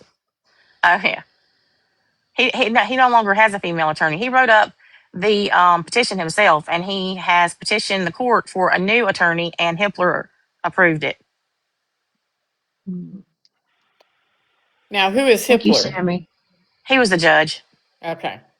See, you're telling all this information, and I'm just like on overload right now. Yeah, But me Sorry. too. somebody in the That's chat. why I'm glad she's here, actually. Anything that y'all don't understand that I'm saying, just tell me because I'm used to. Okay. Well, I love the true crime community. I don't know a whole lot, but I love investigating and looking into it and listening and learning. So, Dylan isn't in jail, but she has a GoFundMe that has $100,000+ in it for her rehabilitation, Oh, okay. healing. Yeah, see, I don't know anything about the other victim. Well, I call them victims, but Hey, everybody. So now when they do Um, restitution, that goes to the families, correct? That he's harmed. correct. Yeah. I did know a But little bit. the families are also suing Washington State University for $400 million, $100 million per family. Whoa. They're suing who? Washington State University, where he worked. Now, why are they suing them? Listen Yeah. to this. Listen to this. I got to They're hear this. saying they are saying that because there were 13 complaints against him, none of which were violent, just he's creepy, he talks too much, he leans over our shoulders, he's weird, things like that. Because they said they didn't take any type of disciplinary measure, that they should have been able to predict that he was going to do this. And Really? in their yes, and in their original complaint, they state with no factual basis that every person on the autism spectrum who has been diagnosed with any form of autism is more inclined to be a stalker or a mass murderer. Hmm. They literally denigrate an entire community of people I just for don't 400. understand how they would sue his job. I mean, Yeah, Well, did me he either. work it, for the it university? basically, Did he he work for was, the yes. university that I guess that they didn't live by the university. They just went to school there, right? It's not even the university they went to. It's the university he was a TA at. Well, that's just weird. Telling me. WSU is really close to Idaho, where Yeah, Moscow. they're within Yeah. 15 minutes of each other. But the issue is that this lawsuit sets a precedent that every employer is responsible for their employees' behavior outside of the workplace, which is absolutely ridiculous. I knew that Hitler was going to deny. He's going to deny everything. He's denied everything the whole time. But what I find funny about that is Hitler called Cy Ray a conspiracy theorist. I'm still stuck on them suing the other the other school, the Yeah, you should have university. seen my face when well, interestingly enough about that, if you follow this case at all loosely, you know that Steve Gonsalves has been the most vocal of everybody about this case. Even through the gag order, he never shut up, which I don't blame him. I wouldn't have either. I'd have been laying on the damn police steps. But um, every little thing that somebody came out with, they would be vocal about it and speak out and go on social media, whatever. Until the new recordings from the 1112 King Road came out, which just happened to coincide with them filing their lawsuit against WSU. At that point, they went radio silent because they couldn't say this is new. You know, this is true. If they said it was true, that would give him an alibi because Brian Koberger doesn't leave his house for 45 minutes after the screaming starts. But if they say it's not true, then that says that the probable cause affidavit is false because they used that same footage from the same camera to corroborate Dylan's statement and establish the timeline. Wow. But if you listen to the time that Dylan says this happened, it's like nothing. Like it's nothing but a dog barking. And then at 2 people are screaming bloody murder. I mean, literally make you sick to your stomach at the blood curdling screams. But who actually heard the screams? They say nobody. A damn Wow. camera picks it up 50 feet from the house, but nobody heard it. Yeah, right. Crazy. Yeah, it's crazy. Just Bet like did everybody there said they went to bed at 8:30, between 8:30 and 10 on a Saturday night of a football game. no. No. Every person that this whole mess is crazy. It's like they've been taken over by body snatchers. But I will tell you, I used to live by OU campus and game nights. Everybody's yards were full. There was a party at every house. You constantly would hear screaming, hollering, fighting. Girl, not have you heard these screams? No, no. There is I've been to parties. There's a big difference between party screams and these screams. Well, that's kind of what I was getting at. You hear everything. If you're outside in your house, somebody would have heard it. There's no doubt in my mind. The camera on that house picked it up, but the people inside didn't hear it. But why would nobody come forward? I think they're all scared. I would be too. Well, I wouldn't be, but most people would be. I don't know. Yeah, You it would was think 4 they would do it a.m. anonymous, Yeah. Hell, I should probably be scared now, but I'm not. right? Exactly. Tea and coffee. It's pain and fear. You can tell the difference between an excited party scream and a scream of pain. And this is like nothing I've ever heard. Yeah, and I would think if there was that many people getting it that night, somebody would have heard screams, right? Somebody somewhere would I have heard think the they did. screams. I think they did. Okay. Have they put out any rewards for anybody Nope. that would come forward? Nope. The parents didn't even identify the bodies. What? Yeah, uh-huh. Stephen Christie got a phone call that Kaylee had been shot and didn't even go to check to see what was going on. They stayed at home watching a football game until the police showed up. Damn. And then they still didn't go to Ooh. the tank. And then they still didn't go. The coroner and the police identified the bodies of all four. Mm.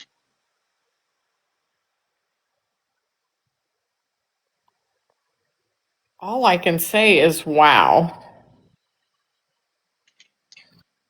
And all of them were cremated.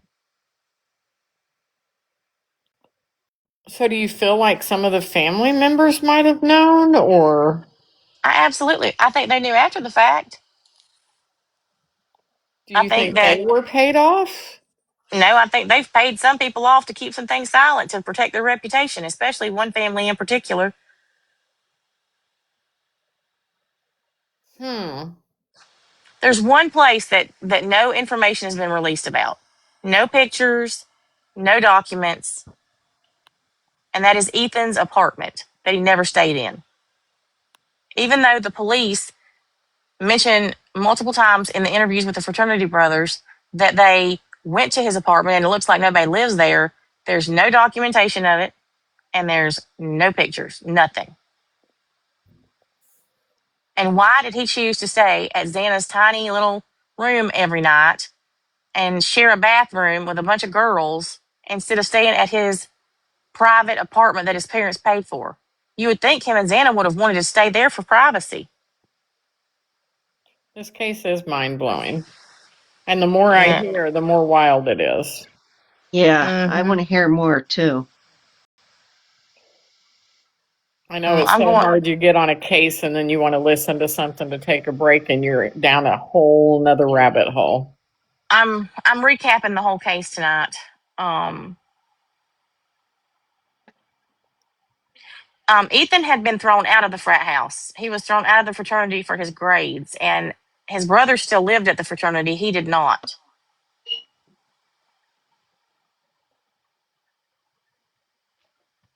Wow. What time are you recapping the whole case? 7:30. I have a battle at 7, and then I'm doing it after that. Might just listen in. Understandable that they wanted to be around their friends, or do you think it might could have been that his apartment was in a residential area and people coming and going all times of the night would have brought undue attention, and it wouldn't have at a party house? All the blood evidence at Jack Showalter's apartment was his blood. It's in the documents. The blood found at Jack DeCour's home was to an unknown male, not Jack Decor.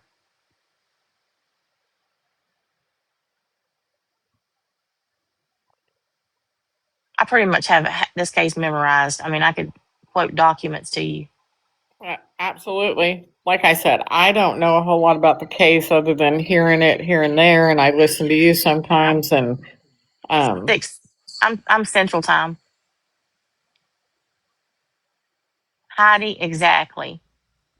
Well, why did Christy Gonsalves tell somebody that asked her about it? Somebody asked her if she was going to use their new company to test the hair in Ethan's hand. And she said, it's not hair, it's debris. His hand was not on the bed, it was in the floor, and it was filthy. And then she told the lady to get on his visitation list and go suck his, you know what. what? Yesterday, she told somebody that she hoped Brian Koberger got out and came after her family. Lord. I don't know. These cases never cease to amaze me. 8 years of this, I have covered so many cases, and I have dealt with some doozies. But this one, I thought Gypsy Rose was crazy. This ain't got nothing on Gypsy. Like, this shit. Are you in contact, and you don't have to answer, but have you ever talked to any of the family members on this case? Hell no. I've cussed Christy You're Gonsalves like, out. I've cussed her out more times than not. All she does is talk shit about anybody who doesn't go with the official narrative and calls everybody who questions the things that don't make sense conspiracy theorists. I'm not a conspiracy theorist. Anything but. Everything I've talked about today, I've talked about is a fact. It's either in a document, a interview, something. I'm not just pulling things out of my butt crack. And then she states she hasn't even read all the documents, but she says I don't know how to read them. I've read every document in this case. Every document. The ones that are filed in court and the ones that have been released. I've seen every crime scene photo. Yeah, don't get me on that either. That's another one that I don't care to. Wouldn't piss on if she was on fire. now, who is Jules? Nobody. Okay. Somebody who literally has on her channel the origin of the 1112 King Road footage. Who the hell Oh, does that jeez. when her ass did nothing but FOIA it?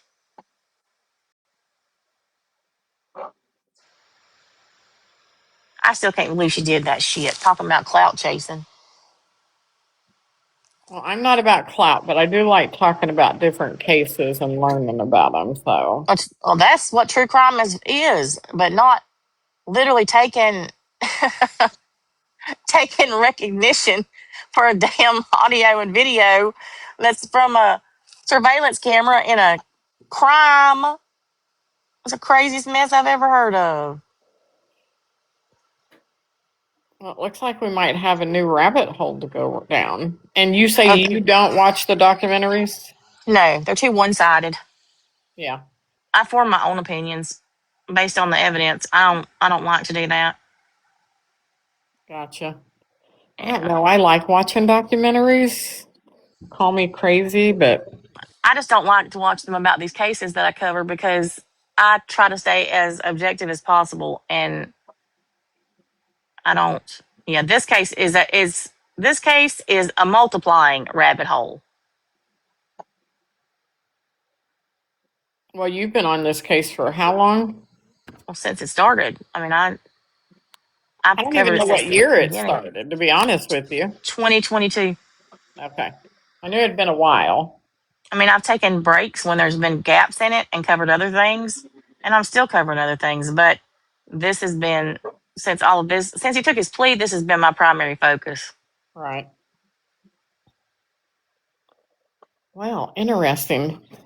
Well, I just wanted to get up here and say that but y'all make sure to listen for when he says scream, and Okay. make sure that you go listen to the footage of the screams between the 2:25 a.m. hour. Now, is all that on your or on your YT I'll or send you the links. Okay, awesome. Awesome. I All right. appreciate it. Y'all have a great afternoon. Hey, too. thank Thank you. We'll you. finish listening. See ya, Natasha. Bye. Bye bye. Well, guys, we got lots of information, so let's Yeah. let's finish listening to this. And what do you think so far, Samantha and Suzanne? I think it's really interesting. And I'm interested in it, because I just know like the surface level stuff, really not even that. So I'm really Yeah, interested in learning. So it's kind of like a yeah. blank canvas for me. Yeah, I'm it's a really blank glad that canvas for me, for I'm sure. glad that Natasha came up and spoke because she's direct and to the point. I like that. Yeah, yeah, for sure. All right, we're gonna get back to it. Y'all ready? Yes. So they actually have footage of BK boxing. He's an amateur boxer. They have a whole thing of him in a ring. 3 minutes. 162 punches. 160. That was going to be like, oh, he couldn't do 150 in 12 minutes. No, they have him in 3 minutes throwing blows of 162 times. So there was more than enough time. There was actually more time for you to go in and maneuver and do things, change clothes, whatever you did. There was time there, and they were going to show him physically doing it against another human being that was willing to fight him. And these people are sleeping in bed. They had a really good plan. Some parts they were going to execute really well. Other parts they didn't execute as well. But anyone who thinks that somebody could go in there. Do what, Melissa? Can I get out of the box? I'm sorry, still couldn't hear you. Can I get out of the box? Oh, absolutely. I'll drop you down. Thanks for coming Thank you. up. Uh-huh. They didn't have enough time. You don't know your facts. They were going to show you to your face. I think, Sai, you right? I mean, you would know. I guess you were on the inside that Ann Taylor actually believes he's innocent and has an unhealthy relationship with him. I am concerned about the ongoing communication, the protection, just that I don't know how else to explain it, almost as like a motherly instinct with Brian. To Steve's point, 100%. The Koberger family was way more involved on that plea deal than the victims' families ever were. I believe that there was conversations going from the jail in real time of this thing going down. There's no doubt about that. But I've done a lot of these cases. I've done a lot of death penalty cases. It is very unusual for the defense attorney on the case, especially one who's technically a public defender, to stay involved and active with the defendant in prison visitations the year following a plea deal. That is incredibly rare. Like the case is done. No one is in contact with him. So the idea that it's all Ann and only Ann, and he hasn't obtained a new attorney for this appeal, to me is very telling. I think jail logs and jail calls would really expose a regular routine between Ann and Brian, but they're visiting and talking on a weekly, if not daily basis at times, which is weird. Yeah, that's unhealthy in my opinion. As a criminal defense attorney, you got to keep that line between your clients, right? Yeah, I was told by insiders that it's a small community we live in that said she's purposely after you, Steve. She's watching your interviews, making us all watch it together, and coming up with discovery based off your conversations. And once I learned that, guess what? I started talking about Bluetooth. I started talking about other things, and just put her on rabbit trails, just to play chess with her. But I've heard some really unnatural things are going on in this case. Is there evidence? I'll save Steve for a minute. On Olivia's cue, is there? I'm just joking. Is there evidence, Sai, that we don't know about that was never public? Thank you all for the Sorry to follows. interrupt, but this is important. The shooter who murdered my sweet little Daniel brought about that was never public. I think there's definitely stuff that has been withheld and has still been withheld. I don't know how much it was conveyed to the victims' families, universally, not just Steve and Olivia, but across the board. There's some really disturbing things on his internet history that I don't know ever really came out that would be incredibly hard to just simply show and walk away from a jury not thinking that it's going to leave a big impact, especially on the case of this nature. I'm talking right now specifically his porn history. He's got a very disturbing porn history that I think really paints a picture. And that's all non-consensual acts. And I also heard gay, male-to-male gay. Is that accurate? I don't know on the gay stuff, and quite honestly, I don't mean this in the way it's going to sound. I'm not focused on the gay porn. For me, I know what you're focused on. For me, you hit it on the head, Olivia. The non-consensual, violent nature of the porn. I was aware of terms drugged, raped, passed out, sleeping. I would go more on incredibly violent sexual encounters. So not the sleeping or passed out, but very aware of what's happening and it being very, very violent, which is always a tough thing for a defense attorney to get through. That's something that's going to really tell a story about somebody's character. I think that there's stuff to still come out. I think you guys are going down the right road. I've quietly been watching, waiting for more to drop. I can tell you, for me, the location information and the pattern of life, it hasn't come out because I don't think they ever looked at it. And it is by far the most telling of what we have out there. By the way, the day after this, he turns the phone off again. So, again, they're trying to show these patterns, and they do a pretty good job of showing, hey, prior to the murders, he turns his phone off on this days, but it's like they just stopped on November 13th. And This as an is the investigator who's looking Koberger. at a lot of crimes like this, I want to see what he's doing the next week, the next 2 weeks, the next month. Like, that is a really critical period, too, that we see very defined behaviors of suspects like this. And the very next day, he heads to Moscow, he turns his phone off, he turns it back on, and he's southbound on I-95.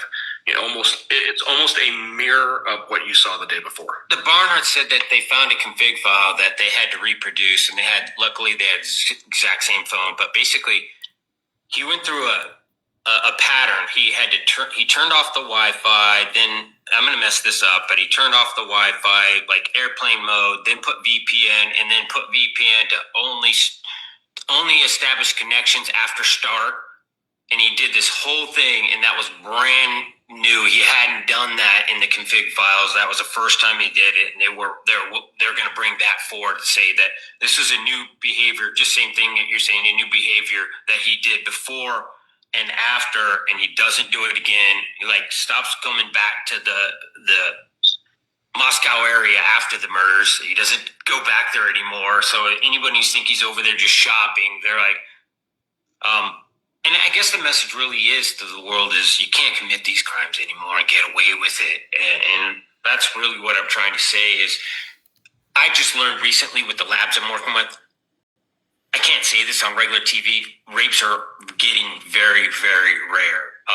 People don't get away with rape anymore because there's the fluid exchange, and that's leading everyone's starting to learn. If I do this, I'm going to get caught. And we need that same message in these murder cases. And I don't know how to say that in a mainstream media format, but I'm trying to work on it. Tank your podcast, Brian Enton. What'd you say, Olivia? So we're just going to tank your podcast instead. My apologies. No, it's okay. It's okay. Thank you, So Dreamer. on that, Steve and Olivia, let me give you a name. Follow this case. I think it's really, really important. The name is Matthew Nilo, Nilo. So Nilo. Okay. Matthew is an attorney who was practicing in New York, but he went to law school in Boston. And in the early 2000s, when he was in law school in Boston, he was a serial rapist. And I want to say he had 7 victims that they've identified. About 2 years ago, maybe 3. Man, time's flying right now. Maybe a little bit longer. Just after these murders, they did the exact same thing. It's the exact same team with IgG, and they took some of the DNA from one of those rapes. They ran it through IgG, and like I said, it's the same team that worked on the Koberger case, and they got a hit on Nilo. And they went and did the 1-to-1 comparison. They got it. They arrested him in New York. That case is working its way through Massachusetts right now. He's going to challenge the IgG, and he's going to win. the thing I want you guys focused on, because this is probably one of the more infuriating things. And if somebody's told you this, I'll shut up. But if they haven't, they are doing a huge disservice to all of the victims' families right now by not giving you guys the lay of the land. The defense is going to buy all the time they can until one of these IGG cases hits a major appeals case or the U.S. Supreme Court. When it does, you can kind of mark my words here, the rule is going to become you have to have a search warrant for IGG. You just have to. Most states have already started to adopt it, but this Nilo case is really likely. He's got the resources, the funding, and the knowledge to take this to the Supreme Court. If that happens, and they actually look at, hey, when you sidestep the search warrant and you step outside of policy, IGG is out.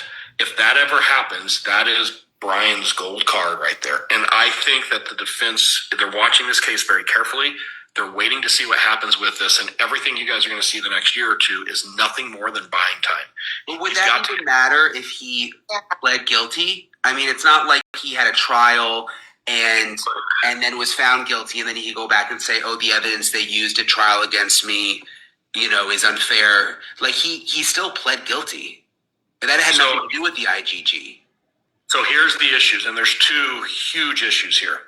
And again, Steve, if somebody's explained this to you, then I'll move on. If not, like, you guys, you have to be aware of this. The fact that the prosecution probably never told you about Garza versus Idaho, and commit that one to memory. So Garza versus Idaho is a U.S. Supreme Court involving Idaho, where a guy who took a plea deal, who voluntarily pled guilty, actually got it reversed, and he took it all the way to Supreme Court. So plea deals are not the closing of a case. Plea deals aren't like, okay, we're going to put this behind us, we're going to let everybody get closure here. Anytime a prosecutor frames a plea deal as closure, they're doing a huge disservice, because plea deals get turned over all the time on appeal. The second thing, and man, I am not a Hippler fan at all.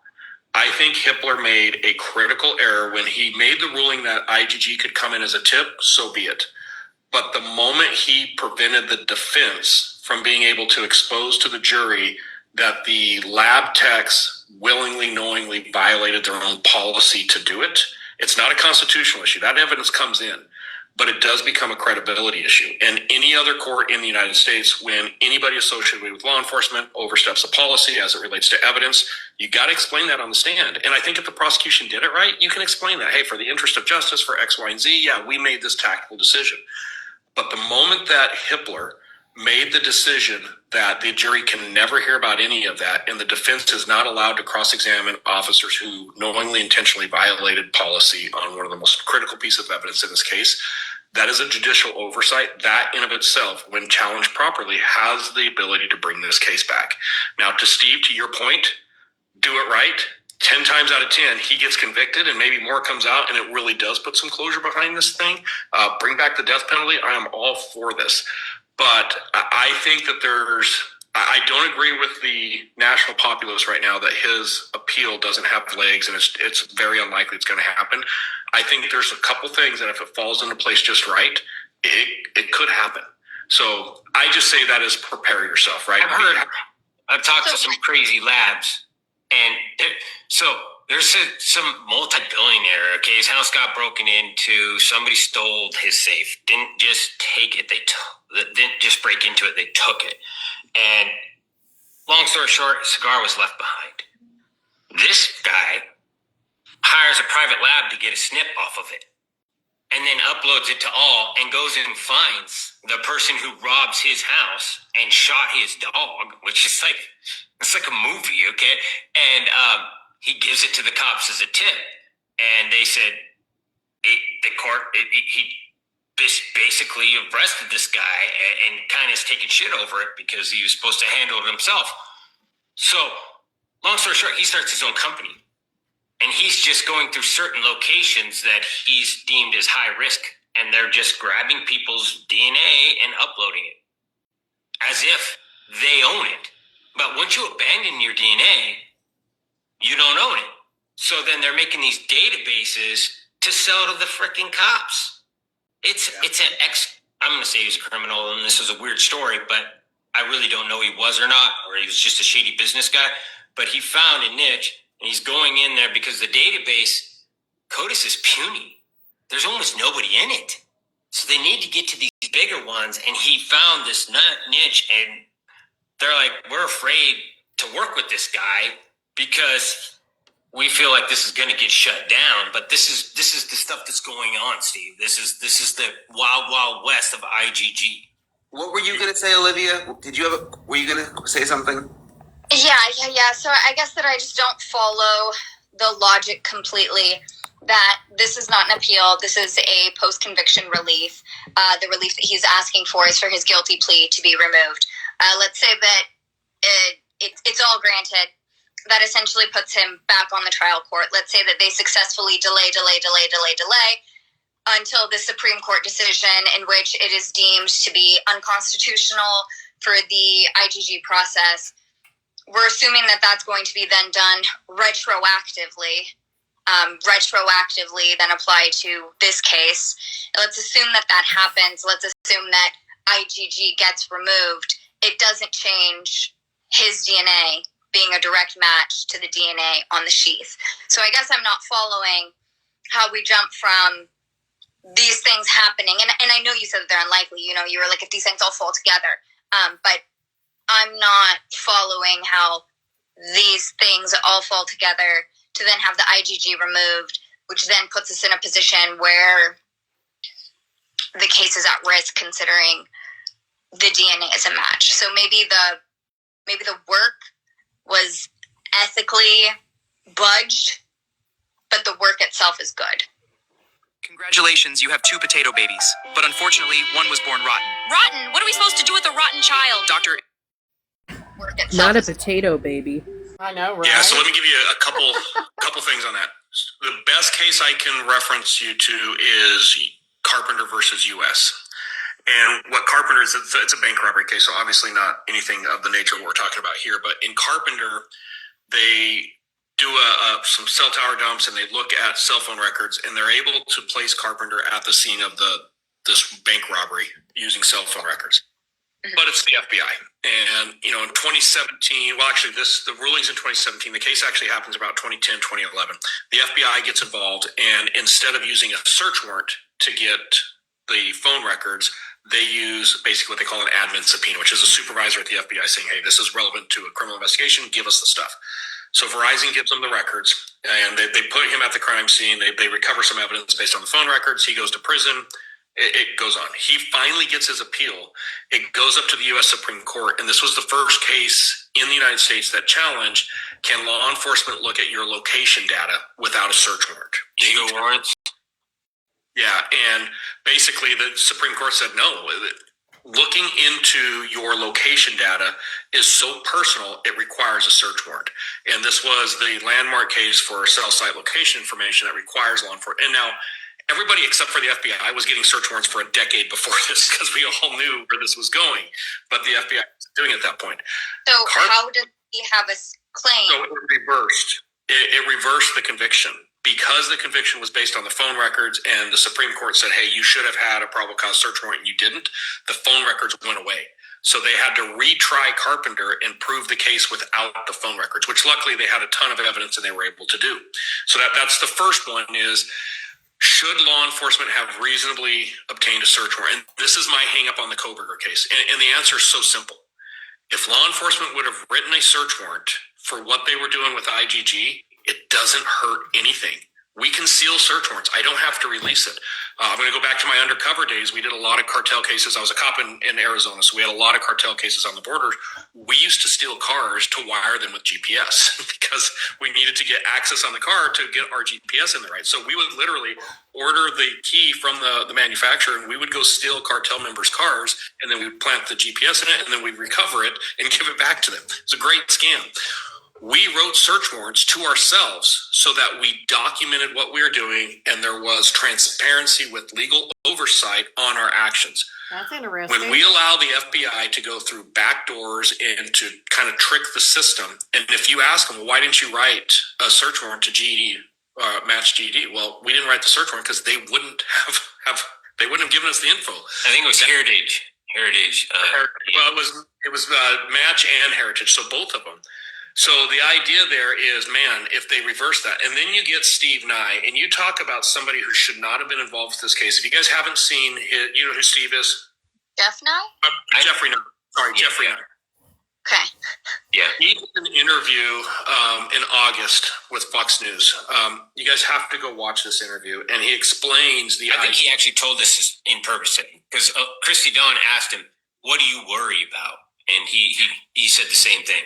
Who? And yeah, I've yeah. I've worried about. It's not so much him explaining, because I agree with him. The entire case was hinged on the IGG. It's what he says towards the end when he says, and usually with these type of things, we can argue inevitable discovery. And what inevitable discovery is the Carpenter case. Yeah, we have these phone records and it helped put the case together, but take the phone records out, inevitably we still would have discovered all this stuff and we can prove the case. And that's why Carpenter is still in prison today, even though those records got thrown out. Especially considering it went to Othram first and they found the right tree. They were on the wrong branch. And Leah Larkin herself testified in the Franks hearing that eventually it would have led to him. 100%. 100%. The problem is Jeffrey Nye on Fox TV during that interview said, we didn't even argue inevitable discovery because there was nothing that applied for it. And I'm like, dude, shut up. What are you saying? More importantly than even what Othram found, we have to remember on November 29th, Washington State University identified Brian Koberger and the vehicle, realized that he just swapped his plates for Washington plates, and notified Moscow PD. The idea that Brian Koberger would have been completely absent of this investigation minus IGG is absurd. All they had to do was follow up on credible leads. That's it. That's all they had to do. Okay. So yeah, I think that we're on the same page. And I'm not saying I ever think this thing gets reversed. What I'm saying is if you guys, it's the victims in the case, in all of the victims' families, if you're not being told, hey, this could be 5, 6, 8, 10 years before this thing works itself out in the criminal justice system, you're being misled. The Carpenter case, well, that was a 2011 arrest. That case came down in 2018. And that's just the appeals process. That's not even the initial case. So I think we're in for a very long ride on this. I think there's a lot of things that are going to still happen. I don't know that he's going to get his post-conviction relief. I think they're anticipating that. All that does is now it forces it into an appellate review. And it's the appellate review that I worry about. Do you think that'll... I guess I'm not understanding that point either. How does a post-conviction relief force it to an appellate court? Because he won't even get a hearing. His argument is nothing but ineffective counsel, which was asked in the plea questionnaire that he answered extensively to, as well as life in prison isn't what I thought it was going to be, and I was quote unquote threatened by the idea of death row. There's no other meat. Hair in Ethan's hand. Oh, okay, yeah. Clumps of hair, which we know is completely fabricated. That's not reality. And his own defense, Ruth Ballard, testified on the 23rd of January that it was consistent with Ethan's own hair. So he can't say that that's exculpatory because obviously the prosecution didn't withhold that from them.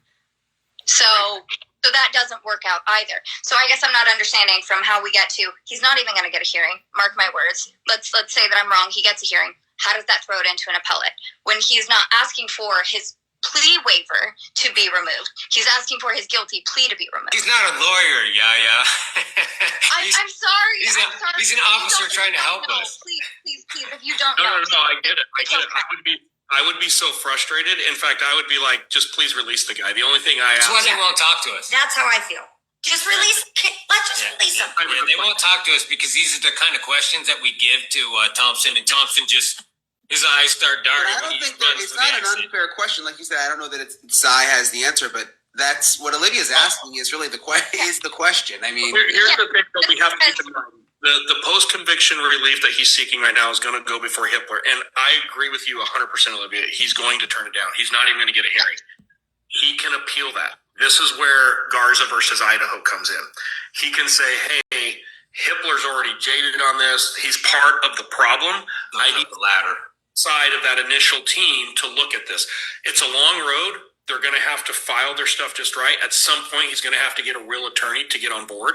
All I'm saying is if nobody's telling you guys that this is possible, I'm not saying it's going to happen. I'm saying it's possible. that they're not prepping you guys. The same thing about, hey, if we take this plea deal, we can bring closure to this case. No, it just exactly that. They told us the opposite. They said, if you guys go with Steve and go for the death penalty, you're going to have hell to pay. But if you just go with old Thompson over here, all your problems go away. And he pleads to it, and you all just go riding into the sunset. And now they're all like, I didn't think he could appeal. Hashing old news. Yeah. What's that? Hashing old news. Well, That's Dad. We're still talking to people that are calling me. Like, I just had Randy. He couldn't appeal. And we're like, well, because it's not an appeal. It's post-conviction relief, and it's going to be denied. Because here's the thing. He could have requested relief in the form of having his plea waiver removed, which would have been a hell of a lot more likely for a judge to say, yeah, sure, whatever, have your appeals back. But he didn't do that. He asked for his guilty plea removed, which logically makes no sense, which is why I think Ann Taylor's not behind this at all. I read something that Ann Taylor signed an affidavit today. The relief that he's asking for isn't asking, if they're trying to buy more time, give him a route to appeals. Say, just remove my plea, or just remove my appeals waiver. But you're trying to remove your guilty plea, which is never going to happen because of the questionnaire that Hippler gave him. It was incredibly extensive, and everything that he brings up in his motion was covered. So unless you're just like feigning amnesia, and unless he truly is just even more stupid than I thought that he was, and I truly thought that this man was stupid, it doesn't make any sense. Well, and understand a toddler throwing a tantrum. Them turning down this first motion for the post-conviction relief is another log on the fire for the bigger appeal issue. We're not done with these motions being filed. I think in the next 69 days, like I'm saying, we're going to see a lot more start coming out of the woodwork. This is just step one to get that. There is a very... That's step one. There's a very intricate, very well planned out road that the defense is going to go down here. We're just getting started. Yeah, the minute they thought they were going to do a plea, they probably had a whole exit strategy to be like, this is what we're going to do. And they sold that to him. So he's not selling out Ann right now? Ann's part of this? Ann's me. This is just total...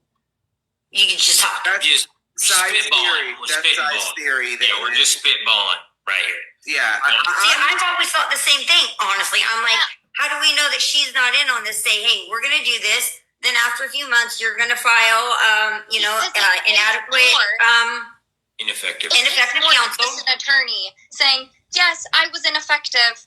Like you're looking at motions. You're looking at the evidence that was, attempted to be suppressed. You're looking at, there's so much more that goes into it than just an attorney being like, she's essentially going to lay down on the knife, right? I'm still stuck on what Si started this whole conversation with, and Christy wasn't here, but that if they had done more digging and processing with the digital stuff, that Si believes that there's evidence that Koberger was in the living room at King Road based on the data he had. Like, did you guys know that? Did I just miss that somewhere? I knew he was following these girls and stalking them online, but they refused. Nobody investigated if there was an online connection. There's Are we talking about that night was in the living room? No, Si thinks previously, based on the data that he must be away from her phone. So fucking terrifying. Because we just skirted on past it. Sorry, I've been thinking about that. No. You're right. I'm like, did I miss that somewhere and you guys secretly knew, or I didn't? Well, I'm going to go a little bit off script here too, and I could be wrong. And this is where I was asking about the VICAP report and all the questions to family and friends, which I can't find any reporting being done. Never happened. The little bit that I have dug into, I also believe it's possible that Brian Koberger could have been at that house at certain times and not necessarily even been noticed. It's the same I think interview, he could have AK. blended in very easy. A large group of guys specifically, but a large group of college kids hanging out near around the house may not have triggered what everybody thinks necessarily. I'm not saying that there's evidence of him breaking in the middle of the night and snooping around the house.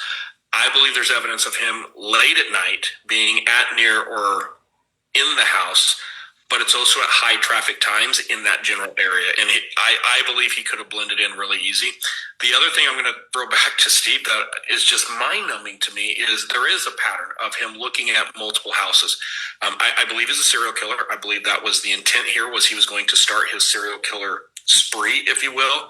And one thing you have to understand about the psychology of serial killers is part of what drives them, part of what fuels what they're doing is the randomness of selecting victims, watching victims and thinking in their head what they could do. That is a huge piece of serial killers. And I think he had multiple targets throughout the entire Moscow, Pullman area. And when you look at his phone at night, that's what he's doing. He is going around hitting these different houses, watching people, interacting with them potentially. I cannot find any history where somebody's taken the phone records and mapped out all these locations and then gone to law enforcement reporting to say, hey, what reports of a prowler, suspicious person, stalking type behavior, like just give us all the calls for service in these different areas and see, can we match up? Hey, he keeps going back to this other house on the northeastern side of Moscow. Oh, weird. The neighbor across the street has called in 3 times about a white car. Like, how does that change this investigation dramatically? And these are some of those things that I keep saying are just completely absent from this investigation. And the only reason I'm saying all of this part, Olivia, is I want him to get the appeal. I say, let's bring it on. Get a new trial. But let's do it right. Let's get the right investigators involved, and let's go show the world just how depraved this guy was. Let's bring back the death penalty. Make it happen. 3 words. Teen driver reports. Happy color for adults. Well, we're going to do coloring now. I worry that they don't do that and they fall back on this. Well, he's not going to get the appeal. We're not worried about it. Oh, crap. He made the first hurdle. He's not going to make the second hurdle. We're okay. And then all of a sudden we find ourselves in a position 5 or 6 years from now that there is a real possibility of a new trial and they haven't done anything to patch the holes from the first round. And that's where I've been very vocal with anybody who will listen. The time is now to start this investigation over, to do it, just document it, get it done. It's not a crazy expense. I mean, we've done everything at our own expense. I probably have about 50,000 invested in my Koberger nonsense at this point. Like, there's people like myself and other people and stuff that you guys are doing that you can do this the right way. I think it's all about getting a mental mindset of where this thing can go, being very real and truthful with the victims' families to explain, hey, here's a number of scenarios. And even if it's a 1% chance, it's something that we need to discuss. And hey, how do you combat this? If lightning strikes twice here, how do we make sure this guy never walks? Because that, at the end of the day, is the real goal here. This is why I've been so outspoken, is we can never allow somebody like this to walk, especially if four murders. The FBI told me, they looked at me like, Steve, I know you're concerned, but do you think somebody with 4 murders is going to walk? We have to do everything perfectly. And it was crazy that when you told me that you felt like there was more mistakes on that side, I was just like, and that was the side I was almost going with. If the other families would have told me, kick Kaylee out and you guys go do your own thing, I would have. But they were like, no, we want you to be the loudmouth and pretend like we don't like you. But the truth is, if you're not here, we're all in fucking trouble because now we got to get our heads out of the sand,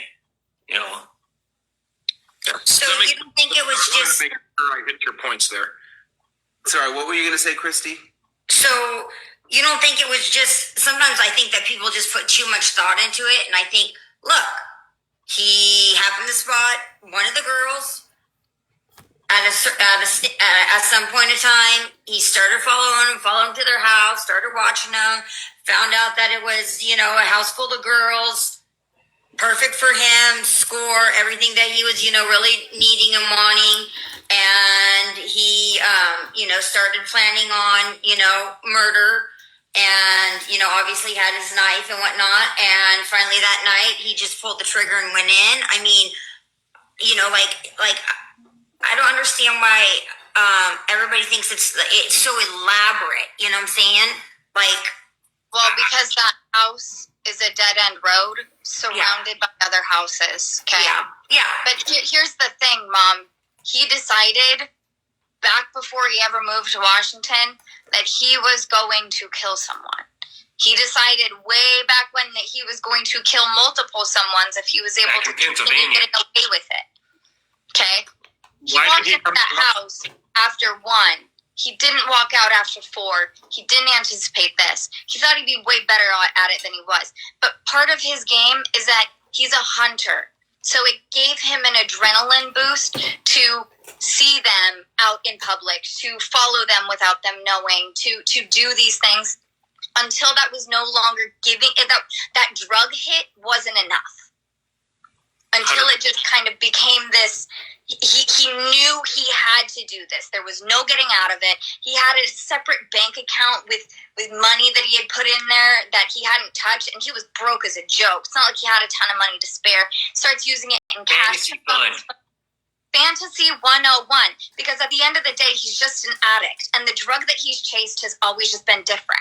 First, it was health and workout and this and that, and then it was, this grandiose that he's healing his, autoimmune disorders because he's so smart and this and that, and at one point it was heroin even. He's an addict that has always been obsessive and addicted to something, and he became addicted to this idea of chasing this high of killing someone. It wasn't personal to him. 100%. You couldn't have said that better. 100%. I agree with you. And if he ever does walk, he will kill again. Yeah, of course he will. We know they investigated him back in Pennsylvania. It didn't go anywhere, but they definitely were concerned. Yeah. No, he escalated predatory behaviors until they no longer fulfilled his needs. So I didn't get Thorn Road right, but was that close? Was that closer than Payne's little loop? Oh, stop it. That's terrible. It's about, if you look at where Thorn is, and the road comes down, it kind of 95 doglegs around. Okay. Dogleg, it starts to go straight again. It's the third dirt road after that one. There's a farm that sits right on 95 right there, and that's where he worked his way back up to Thorn, and then he came back down. So he goes across up to Thorn Creek and then back down around, and he actually shoots out back onto, I think it's 195. Well, it's definitely close. And AI helped me because I was trying to pull the timestamps all together with the 448, and 448 was my source of truth. That he was stopped there. Ray said that he was stopped there for about 10 minutes. We never anticipated that long of a gap that he was stopped there. We always 1 to 2 minutes. So the timeline that we had gone farther down than he's probably needs to be. Yeah. So it's not fault. From the house to where he stopped, I want to say it was like 14.5 miles. And you saw the rate of speed he was leaving the neighborhood at. I have no reason to believe he's not driving 65, 70 probably on the road. There's a solid 10 to maybe 15, depending on how fast he drove. And again, the part I can't stress enough is he goes back to that exact same spot where he stopped the next night. Because he dumped his stuff right He there. did? He goes back. Holy and then goes through the Snake River. And then as soon as he's there, he goes down to the Snake River, and he doesn't spend any time. He goes to Snake River, and then immediately he's back up 195. So you think he left the stuff there and went back and got it the next day and then dumped it in the river? Yeah, and I'll give you guys my theory. I would be really interested in your feedback here, but looking at everything that I've seen, I believe Maddie was the target. I believe Maddie is who he interacted with earlier. There's some other things that kind of support that. I hope a lot of this comes out at some point. I think. Sorry to interrupt, but why do you say some things to support that? Is that the cell phones? Yeah, there's a lot more collisions between Brian's phone and Maddie's phone than any of the other victims. And what I'm saying about collision is they start to occupy the same space at the same time.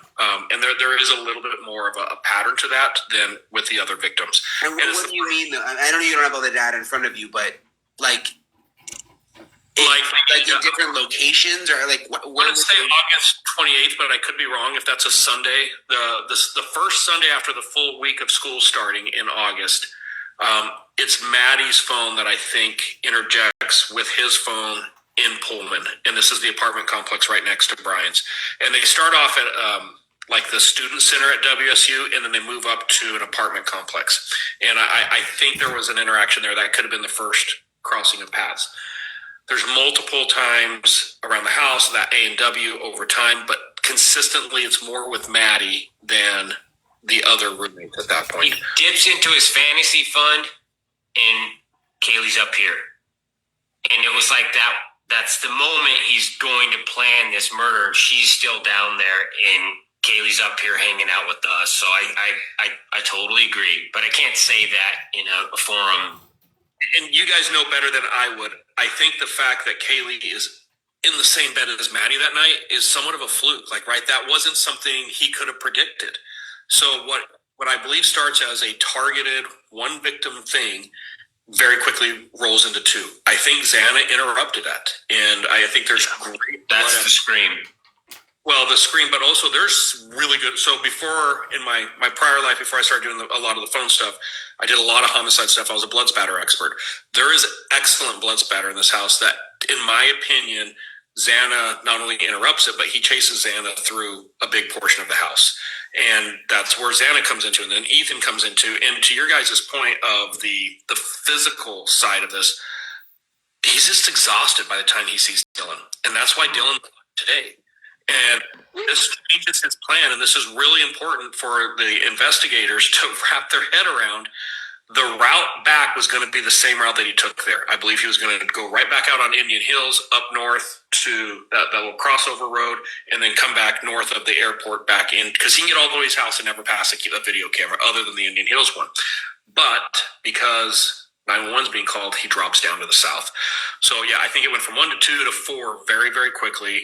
Then there's the interruption, which completely throws him off his plan. He doesn't know what to do, but he's smart enough with everything he has on the criminology side, which, by the way, I completely agree with you, Olivia. He is a terrible criminal. His PhD program is box of rocks. Yeah, but he is smart enough to know. And maybe looking for a white car, I shouldn't go driving back up to campus driving a white car with a car full of them. And the path that you were talking about where he went, I think Indian Hills Road, everything he did was misdirection. So he didn't want to come in from west to east. He wanted to come from east to west. He was playing the same game. So if he did get caught, he wanted it to appear like he was coming from the opposite direction of where it really came from. Right. I do have to go. Okay. But I just want to. All right, guys. Man, that was awesome. I really appreciate Cy. And Brian, thank you for putting this together. It wasn't a gotcha. It was organic, apparent, talking with people. I really appreciate it. Thank you for honestly having such a platform where I do genuinely feel like we have said more in this than we've ever really said publicly, and that's honestly 100% due to you and how you choose to be a journalist and the open environment that you foster. And Cy Ray, I just wanted to say thank you. It is what it is. I understand what you're saying, and I appreciate your time more than anything else. Just being able to, talk with us and meet on a playing field together. My little 5 minutes that I have, I'm literally going to go to bed with nightmares now because of the hearing him say that he was in the living room and then hearing him say that he went back to that same spot the next night. I mean, this is his thought. This is him thinking out loud. I know, but that just terrifies me. I'm like, oh my gosh, and that he. Mom, there's literally not a single thing scary about him. He's the biggest pansy coward ass that you could ever imagine. The girls were scared. Well, of course, the girls were scared because they were vulnerable. Mom, and he doesn't Monsters have to prey on vulnerable people. Wait, you can declutter unvented? And that was it, guys. What do you think? That was interesting. Yeah, very interesting. I'd like to see more than just listening to that guy, because Natasha didn't sound like she really liked that guy that was speaking, that claimed he was a blood spatter expert, etc. Right. I tend to want to believe Natasha over that guy for some reason. Well, it was just interesting. I've not. Oh, it was very interesting. Yeah, I want to hear it all now. You know what I mean? Yeah. I want to hear more. Yeah. Yeah, absolutely. I think she's going to go through the whole timeline tonight. I'm actually going to reach out to her and ask her if it's okay if I stream her. Yeah. Where we can actually kind of talk about it, because she has so many people in her chat and we're kind of new to it. So okay, yeah. I don't want to do it without asking her, but yeah, I mean, and I agree with her that the documentaries are kind of one-sided. They definitely are. Yeah, like Netflix and stuff, and they leave out a lot. Sure. Bet you want to hear something interesting? Yes. What? I did not get hit not one time this whole 2 hours. Do you think it's because you're on voice? Yep. Yeah, I do too. Yeah. Well, that's I good. thought I would try it out and see, and I didn't get not one violation at all. Right. Yeah, good for you. But is there anything else you guys want to talk about or listen to or? I mean, I wouldn't know where to start. You know what I mean? Yeah. I don't know what's out there. Yeah. I think just tune in tonight about 7 o'clock. Are you going to be live? I think I am going to go live. I'm going to reach out to Natasha first. Okay. And see if I can. Yeah, have sweets in the cupboard. Yeah, Is because she's Ivory going to go. not going Go, live? she's going to go through the whole timeline, so it should be interesting. I don't know. I don't know what Ivory has going on. Sometimes on Saturdays she's doing like family stuff, and a lot of Family times stuff. she Yeah, I don't figured. go live. I figured. Yeah. But What, yeah, Susan? Am I I'll not be good here. enough for you? No. I just didn't know if she was going to be live. That's all. I am absolutely joking with you. If she's live, I'll be over there. But if she's not, then Right. No, I'll be here. I'll be here for you. Oh, cool. yeah. Can I just say something? Hello? Hello. Absolutely, Hello. baby D. Hello. You're right. On our news tonight, yeah, on ITV, the London news where I come from, yeah, it's just come up, yeah, that what's the old lady, yeah, that there's a letter out saying that she passed in the 7 days when they kidnapped her. Is that right? Yeah, So you're that's talking about Nancy Guthrie. Yeah, yeah. that's it. Yeah, Nancy. Oh, Yeah. okay. I mean, I Oh, think it's true so. then. I mean, it's not proven, but I believe it. Oh, okay. I And another agree. thing I was going to say, yeah. Do you know the lady who killed what we were talking about yesterday, the woman? Lindsay Clancy. Yeah. How do we know that he didn't kill the kids, but then she's gone because she's in psychotic mode, thinking that she's done it and then tried to kill herself? There's a timeline of him out at restaurants and cell phone pings. Yeah. Okay. So All I right. think that's what exonerates him from any of that. Yeah, there's been a lot of people putting out rumors about that. Grasping at straws. Yeah. I don't think he had anything to do with Hey, it. Karen. Me either. And I'm glad that he had a timeline and was out. Yeah. I was just wondering. Are you going live tonight, anyone? Oh, I Yes. got to remove you Sheshed is. for a minute. Take a lap. All right. Who? Oh. Baby D got a violation, but I don't know why. Why? Yeah, me either. I don't know. And I just said I'd not gotten one violation. Wow. Just take a lap, Baby D, and come back in about 10 minutes. I mean, you can stay in here, but I can't let you back up in the box yet. I don't know what it was. Weird. That is weird.